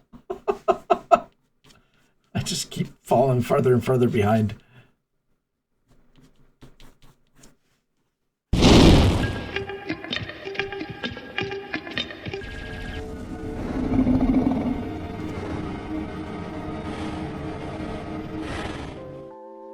Cursed film productions have been a residual smear on the shine of Hollywood myth-making for as long as the medium has existed, with most of these cosmically put upon features coincidentally skewing towards themes of the divine and the devilish.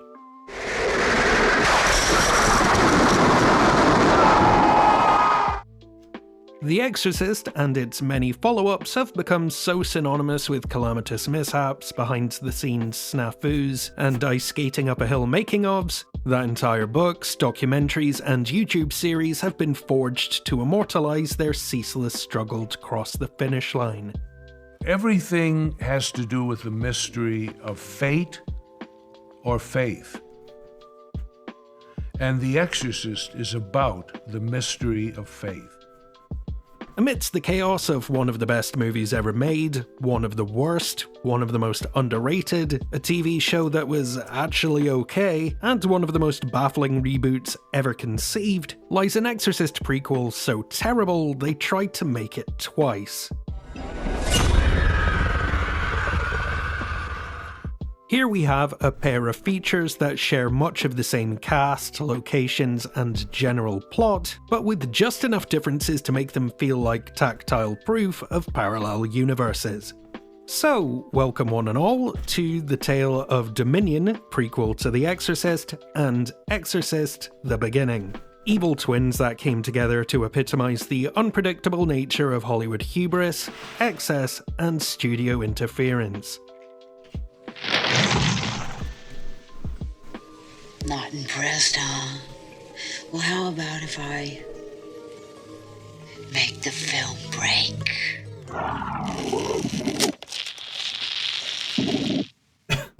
Oh, God. After 2 sequels and a $signs in the eyes successful 25th anniversary re-release of the seminal original in 1998, an Exorcist prequel was commissioned by Morgan Creek Productions. I am Pazuzu. Exorcist author and screenwriter William Peter Blatty declined any involvement after being financially stiffed on the first film and creatively cucked on the third, while The Exorcist's director William Friedkin openly mocked the idea. It's not even a blip. It's not a pimple on the asshole of humanity. Once the studio settled on John Frankenheimer of The Manchurian Candidate to helm the project, a tentative 2003 release date was revealed. On the surface, all seemed calm, but beneath these stagnant waters, a team of screenwriters was paddling furiously, trying to crack this ecclesiastical code without the man who had mastered it twice. A short time later, and with some words clumsily smeared into the shape of a script, Frankenheimer was forced to surrender the directorial chair due to a sudden illness, a condition that would unfortunately take his life in just a matter of weeks. Without a creative lead and on the precipice of principal photography, Paul Schrader stepped in to put this ghost to rest. The scribe behind Taxi Driver and Raging Bull, who had proven his directorial credentials with Hardcore and American Gigolo, was tasked with integrating thousands of disparate pieces tossed together by predecessors who were either clueless, cast aside, or now dead. After $35 million and months toiling in the desert heat, Schrader screened an assembly cut of Dominion, prequel to The Exorcist, for the folks at Morgan Creek Productions. But when the credits rolled, there were no screams and no applause. The title of this can only be labeled Is this an actual movie? No, it can't be. The only terror came from a room of suits watching their money swirl down the tubes. The only thing that piqued their curiosity was how a film could make so little narrative or visual sense.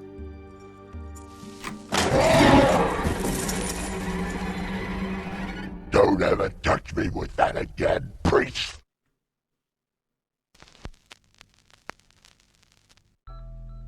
25 years before Father Merrin embarked on his mission to save Regan MacNeil from the clutches of evil, he encountered the demon Pazuzu in the Kenyan desert, an experience that would reaffirm his faith and lead to the bloody events of The Exorcist.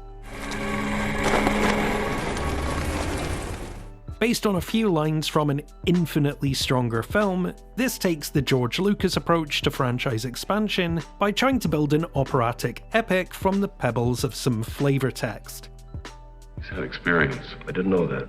10, 12 years ago, I think, in Africa. The exorcism supposedly lasted months.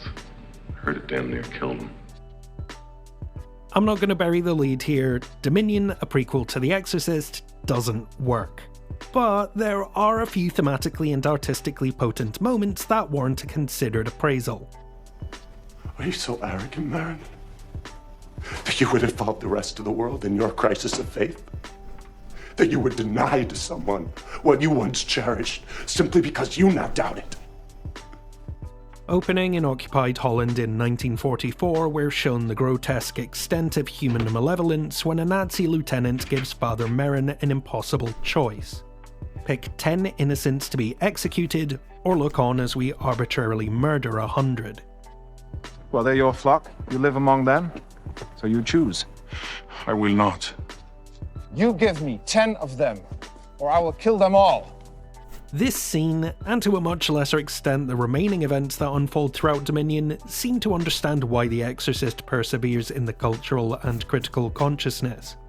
If you took the supernatural elements away from that film, it'd still work as an incisive, brilliant drama. While this prequel seldom succeeds in achieving anything close to that, it does attempt to ground its morality in human choice and insidious influence.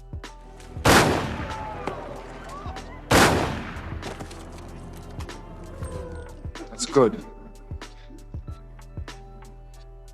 And who shall be next? It's interesting to note that this opening decimation is not so different from what Pazuzu is constantly trying to do in The Exorcist. Mock and break those who put stock in a deist god who refuses to intervene on behalf of those who love and need him the most. It's all right, Father, I'll let you pray. Because I know something. You see?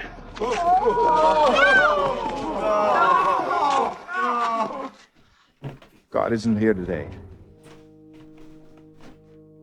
Once Father Merrin arrives at the Kenyan archaeological site, we're introduced to members of the indigenous population who are being actively exploited by occupiers from the British Empire. Savages. Think they can get away with this? Don't understand the British. As their land is defiled and an unholy Byzantine church is found buried in the dirt, a plague of unfortunate and unexplainable cruelties befall the native populace. This in turn causes them to draw a direct correlation between Christianity and violence, persecution, brainwashing, and death. This, Father?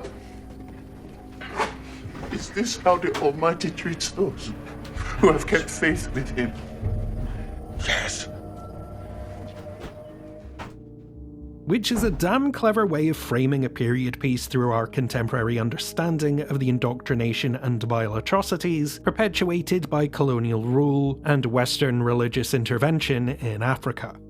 While Dominion touches on the bloody hands of the Western world, white ignorance and racial prejudice, unfortunately, it never grasps them for more than a few seconds before moving on to something altogether less interesting. And this is the fork in the road where Dominion loses its way and never returned to the right path.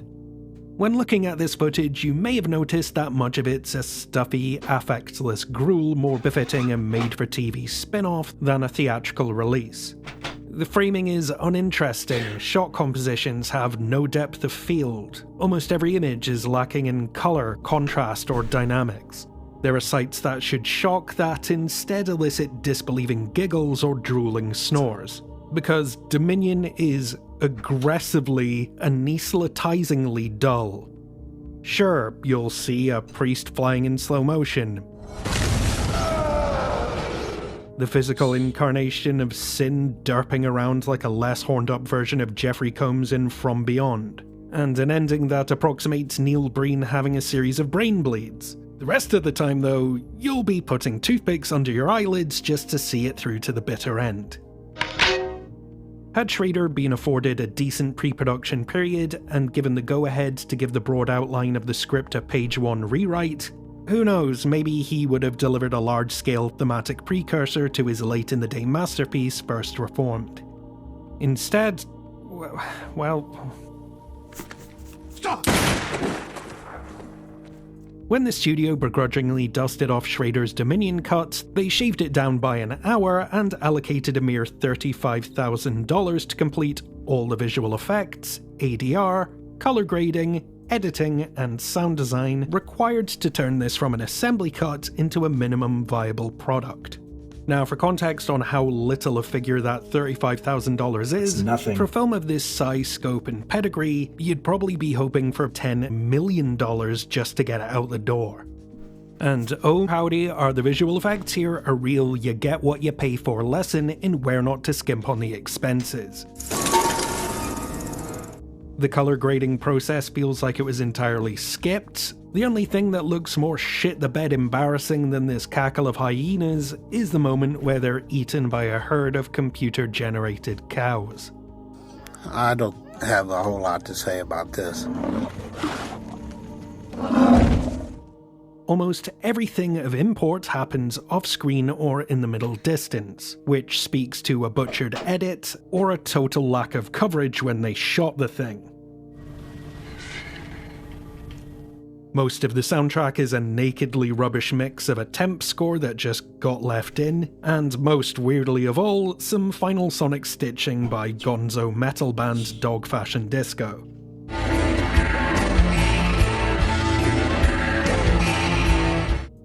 Elsewhere, Foley is missing or substituted with stock sound effects, ADR is non-existent, and audio cues are outright bungled, like when the British military ceremoniously lowers their flag to the sound of Taps, an American military song. It's not only absurd, it's an insult. Clearly, this isn't the film Schrader wanted or intended, but unfortunately, it's as close to it as we're ever likely to see. Many of Dominion, prequel to the Exorcist problems, exist on a molecular level that no additional time or money could have ameliorated. Other issues stem from concessions made for the producers holding the purse strings. Be quiet, I won't hear another word! Whatever happened, there'd be no fixing this with some mythical Schrader cut, because what was shot just isn't particularly good. It's an assembly cut of an unfinished work, one that was almost erased altogether before any of us got the chance to see it.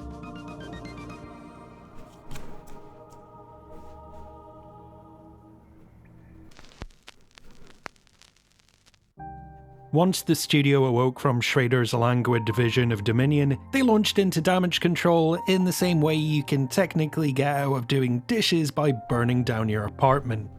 In an attempt to salvage the picture and up the scare quota, the producers fired Schrader's editor and begged the new one to find something creepier and more concise in Dominion's 3 hours of existential dirge.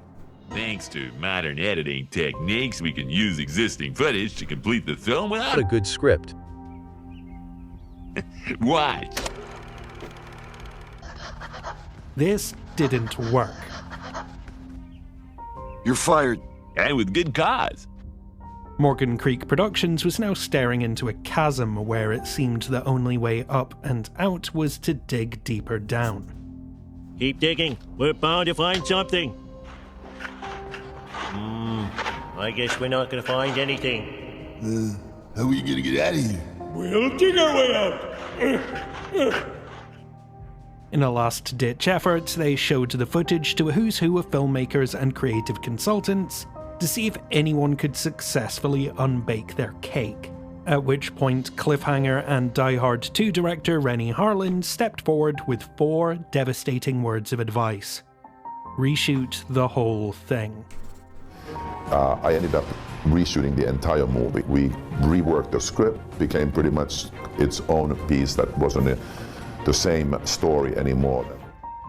Shelving Dominion and throwing another $50 million into their hole in the ground with a new director, a tweaked script, and a hope against hope that there wouldn't be any more CGI hyenas.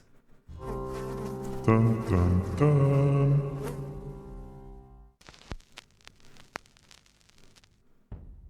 25 years before Father Merrin embarked on his mission to save Regan MacNeil from the clutches of evil, he encountered the demon Pazuzu in the Kenyan desert, an experience that would reaffirm his faith and lead to the bloody events of The Exorcist.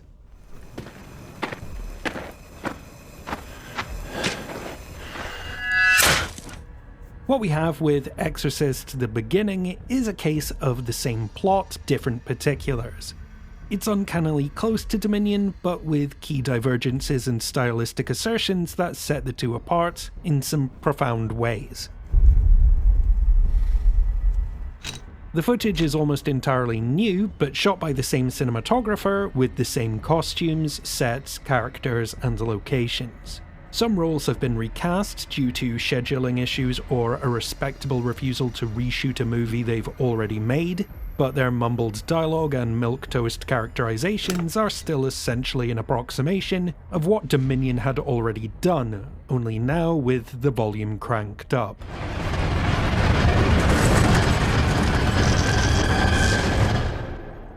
The devil isn't so much in the details, but in the broad tonal temperament, adherence to genre conventions, and points Harlan opts to emphasize or outright replace. Most notably, much of Dominion's scuffed up nuance and dejected historical commentary has been completely abandoned in a transparent attempt to dumb down and streamline things towards jump scares, creepy encounters, and a whole lot of the power of Christ compels you blah blah blah. It's the power of Christ that compels you! This time the cuts are quicker, the imagery's more explicit and omnipresent, making this a monumental pivot from Schrader's insistence on stewing in the humidity and sand of spiritual rot. Now, you'd think I'd be appalled at the notion of sacrificing intellectual ideations for the immediacy of crucifix-wielding acts of sacrilegious violence. Yet, in this instance, Harlan's total reimagining of what an Exorcist prequel could be is neither inherently good nor bad. The Beginning is unquestionably a stupider and less narratively ambitious work that doesn't give a tuppenny fuck about colonialism or the mass cultural erasure perpetuated in Africa by the Catholic Church. On the other hand, this is undeniably a more entertaining, coherent piece of filmmaking. Sure, Schrader's attempt had all those lofty ideas, but they were delivered with all the verve and vitality of a tranquilized marmoset slowly tumbling into a bog. The Beginning isn't as deep, but is better motivated in its pacing when conveying Father Merrin's unspooling doubt and heretical disgust. The supporting performances are given less room to meditate and express their hidden turmoil, but they're also more consistent and in keeping with the overall sinking mood. You don't bury your dead, you cremate them. Yes. And I was buried in that graveyard. It's a trade-off, well-intentioned but boringly executed, versus lowest common denominator but watchable.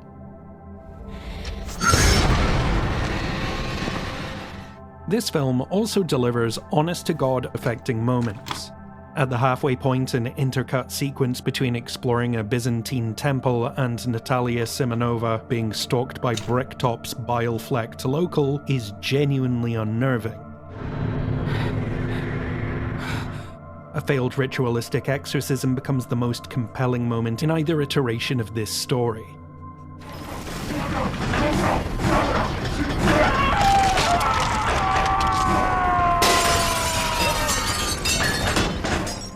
While Harlan's imagery is so on the nose that it could shoot cartilage straight through your frontal lobe, the abhorrent imagery used to convey moral decay works better than Dominion's tell don't show navel gazing.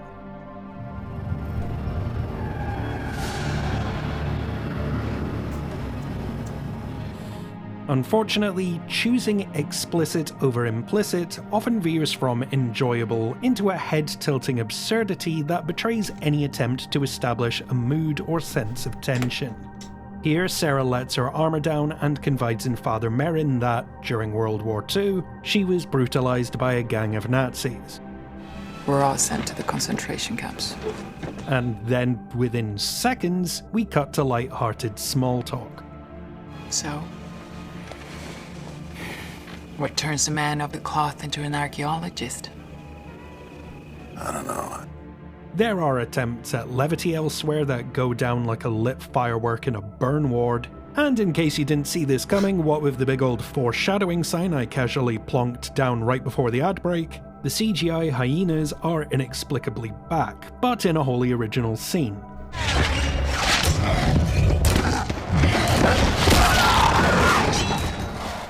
While they're trying to function as imagery that reflects the uncaring cruelty of nature and how environmental factors corrupt innocence, the lamentable execution makes this more ha-ha funny than, oh no, that child is being shredded alive.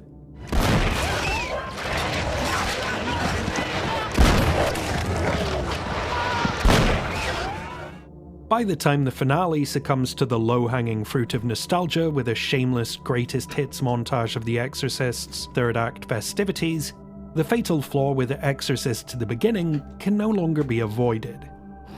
Run!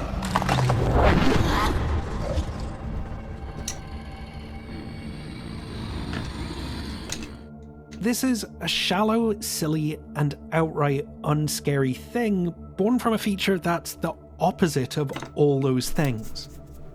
For all of Dominion's failings, it gave Stellan Skarsgård's performance room to find friction between the lines of a book that has been wielded as both a weapon and shield for millennia.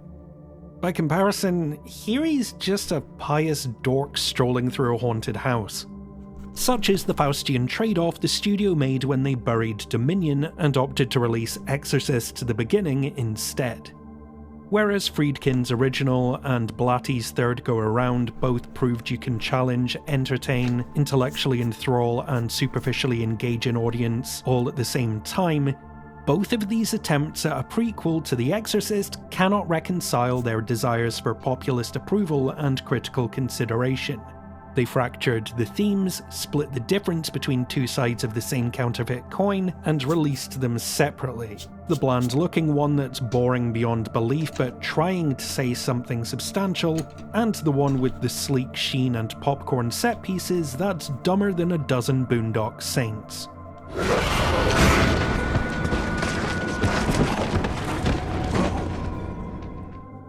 So, with a pair of Exorcist prequels in the can that are not good for very different reasons, what happened next? Sometimes I think the best view of God is from hell.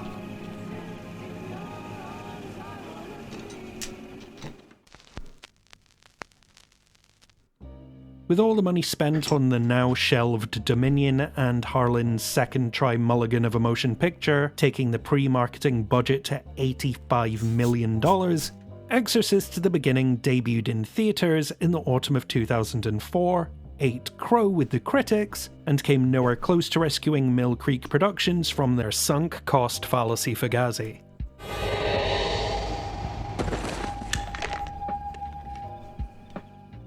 Having sent one lemon out to die on the vine and with another gathering dust in the pantry, the studio contacted Schrader with a poisoned proposal.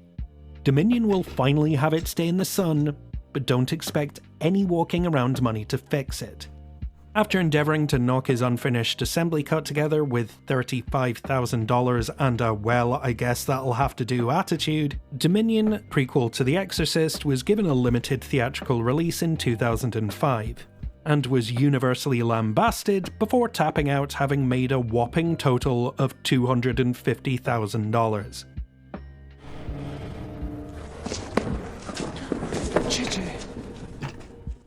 And so ends a tale of pre-production woes, remaking a movie that hadn't been released, hiring one of the greatest writers of a generation on the condition that he doesn't write anything, and those goddamn computer-generated hyenas. All for the distinction of being bad movies that still aren't the worst this series has had the indignity of spewing out. While I tried to be balanced with the pros and cons for both Dominion prequel to The Exorcist and Exorcist the Beginning, I feel I need to clarify something here. Neither of these films is good. The biggest surprise of this whole thing is that I prefer the take on this material made by the man behind Cutthroat Island over the one put forward by the genius behind Bringing Out the Dead. Maybe that shows prestige isn't everything, or that sometimes a blunt hammer is more effective than a rusty scalpel. Really though, I think it just shows how nonsensical this whole affair was from beginning to end. A story of an Exorcist prequel so shite they made it twice, and wound up with less than nothing to show for it. A Captain Howdy Hurrah for Jennifer C, Claire MD, Becky O, Kay Krause, Jennifer Fetish, Reed Stoven, CC Sings, and Nicholas Lair-Revere, and a precarious staircase for all these amazing folks who support us over on Patreon. So, have you seen the prequels? If you have, which do you prefer? If not, what's your favourite exorcism-related film? As always, the best way to support us is to like, share, subscribe, and leave a comment on these videos. And if you're in a position to do so, consider checking out our Patreon at the link in the description below to join the In Frame Out Film Club, our private Discord, and get your name in the end credits. As always, thank you for watching. Until next time, this is In Frame Out.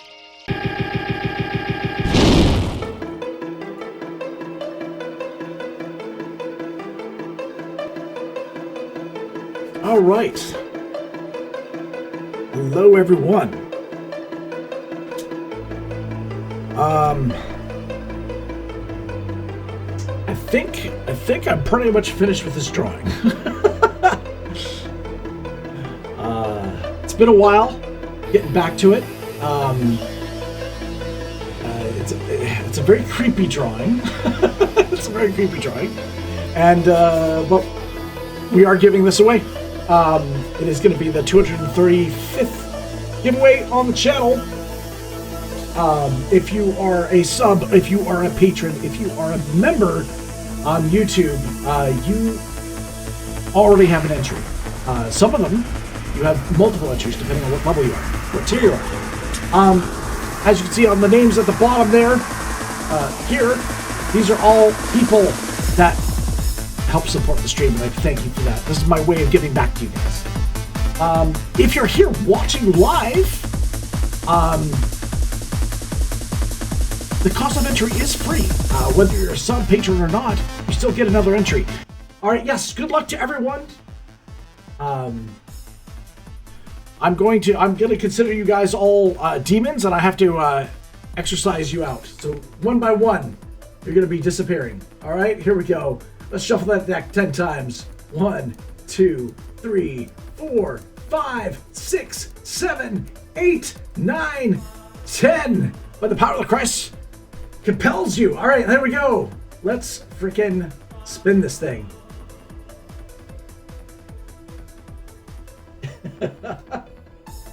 Best of luck. And the first one out is none other than GamerCam. Be gone, demon.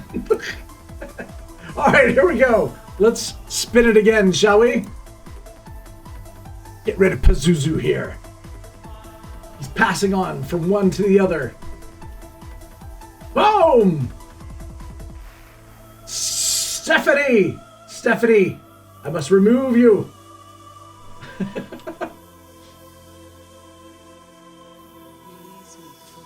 We will do it again. Hey, we got Mellow_D, other known as MD Wit.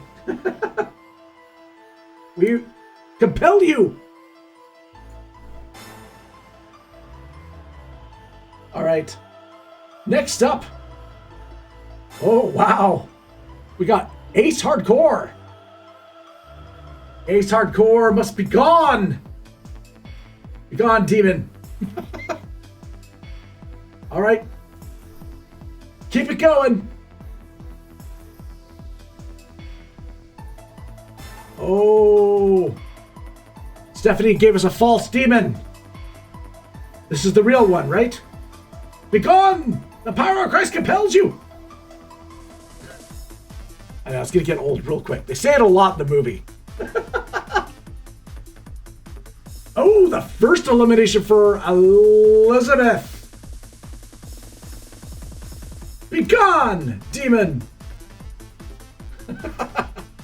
You know, we like to have fun every time we do these wheels. Uh-oh. Stephanie, you got nailed again. Yep. All right, here we go.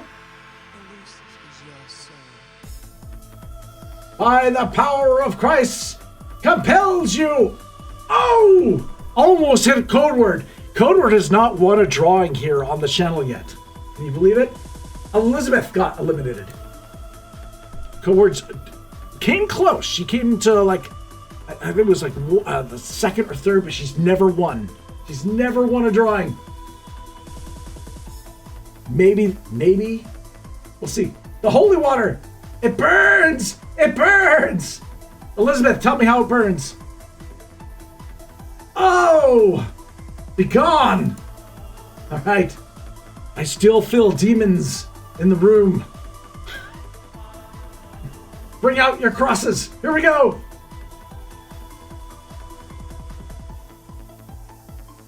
Oh no, code word. Code word. I tried, code. I tried. It was not meant to be. My goodness. All right, here we go.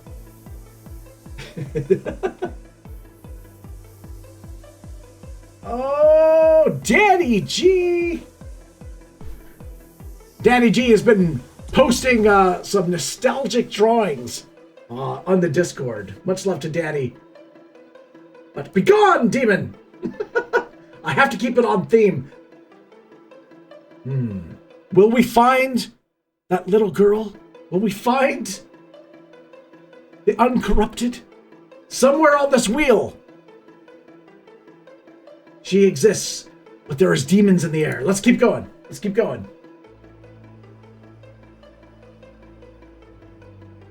Oh, Stephanie! Stephanie got hit again. Stephanie, are you thinking twice about that? Having too many entries? has it starting to look good? Starting to look bad? Starting to look demonic? Let's go! Oh, Just Rev with an uncommon drop. He's dropping it like it's hot, just like I'm dropping these demons. Like Comtech here. Goodbye, demon. But the power of Christ compels you. Goodbye. Hey, here we go. Boom. There is no demon that can hide from me. We are exorcising these. Elizabeth, how dare you come back and possess this little girl. Be gone, demon. Oh my gosh, how are we doing here? We got 7 left. Lucky number 7. Oh, Elizabeth, she keeps coming back. You possessed each eye. Be gone, demon. All right. What do I got here? I got here listed on the ooh, it's a pretty stacked list. We've never actually had this before, where we've got Stephanie with 3 entries, Elizabeth with 2, and Comtech being that man witch. All right, let's go. Who's gonna be walking away with a drawing? Ooh, uh-oh. Stephanie, be gone.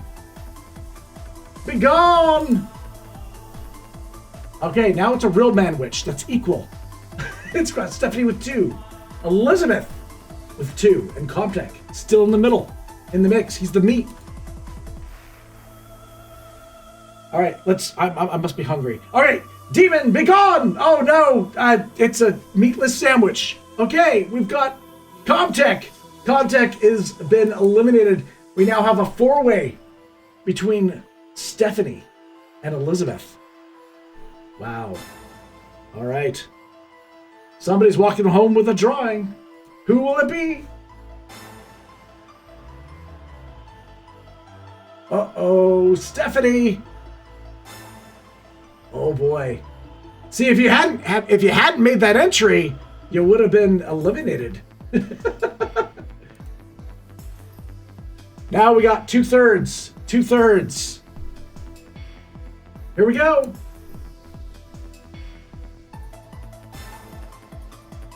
Ooh, Elizabeth, it's a fair fight. A fair fight. We got Elizabeth and Stephanie duking it out for a one-of-a-kind drawing. Good luck, everyone. Here we go.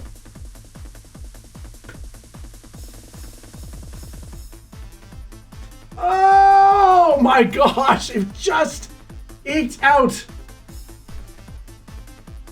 Elizabeth has got to be the world record holder of how many drawings she has of mine. Oh my God, Elizabeth, congratulations. You won a drawing of Linda Blair, other known as Regan, from The Exorcist. Now, if I'm not mistaken, Elizabeth has always said, even in the stream, that she was almost mistaken for being a lookalike for Linda Blair when she was young. Wow. Congratulations. Congratulations. There we go. Oh my gosh. Thank you guys so much. This was kind of a throwback stream from, what I was doing on a weekly level at one point. And I do apologize. This original stream, again, was supposed to be for a Halloween. I was coming back in October, and I was planning on doing a series of drawings for Halloween, and then life threw me a couple curveballs, and I was not able to do it. And then I was trying to stream last week, and power went out for a week, so that was rough. We lost all our food. And apparently there's power outs that happen here all the time. So we're going to be looking at a possibility of getting a generator. So even if the power does go out, we have some form of being able to charge everything and all that kind of stuff. The wrist, this long break that I took for the move and stuff like that, the wrist has actually been, it's been a work in progress. It's been great. I've been seeing both an osteopath and a physical therapist, and I was taught exercises, what to do, which I do 3 or 4 times a day, and it's given me a lot more power back in the wrist. A lot of it has to do with the muscles here in the forearm, and by working those out, we did some shock therapy stuff, which is where they put electrodes. It's kind of like acupuncture. They put electrodes in your muscles and they make it twitch, and you move your fingers, each individual fingers. It's such a complex forest of muscles that happen in the forearm. But that put a lot of help on the wrist. For those that don't know, I almost tore a tendon in my wrist when backup yoinked my wrist. Gosh, it was like, what was it, May? Was it May of last year? It was summertime. Yeah. Oh, Elizabeth, you went to therapy for your hand for a while. Oh, wow. Yeah. So osteopath has been really helpful. Again, with the neck and back and all that kind of stuff. Highly recommend it if you've never been to an osteopath. Again, it varies. Each one there's good ones and bad ones, just like doctors, just like anything like that. But I managed to find a really, really good one here on the island, and it's made such a difference. Such a difference. My gosh, living with pain sucks. It does. But I'm trying to wear the wrist brace not as often, and only on extreme circumstances with walking the boy and stuff like that. So But Elizabeth, I believe you suffer from arthritis, right? So arthritis acts up. That's why I've always said that you complain about the rain. When it rains, your arthritis picks up and you feel pain. I get that because the weather and the moisture in the air and stuff like that can actually affect arthritis. So yeah. I'll say this as tradition. May all your hits be criticals and your adventures legendary. I hope to catch you on the next one, all right? And take care.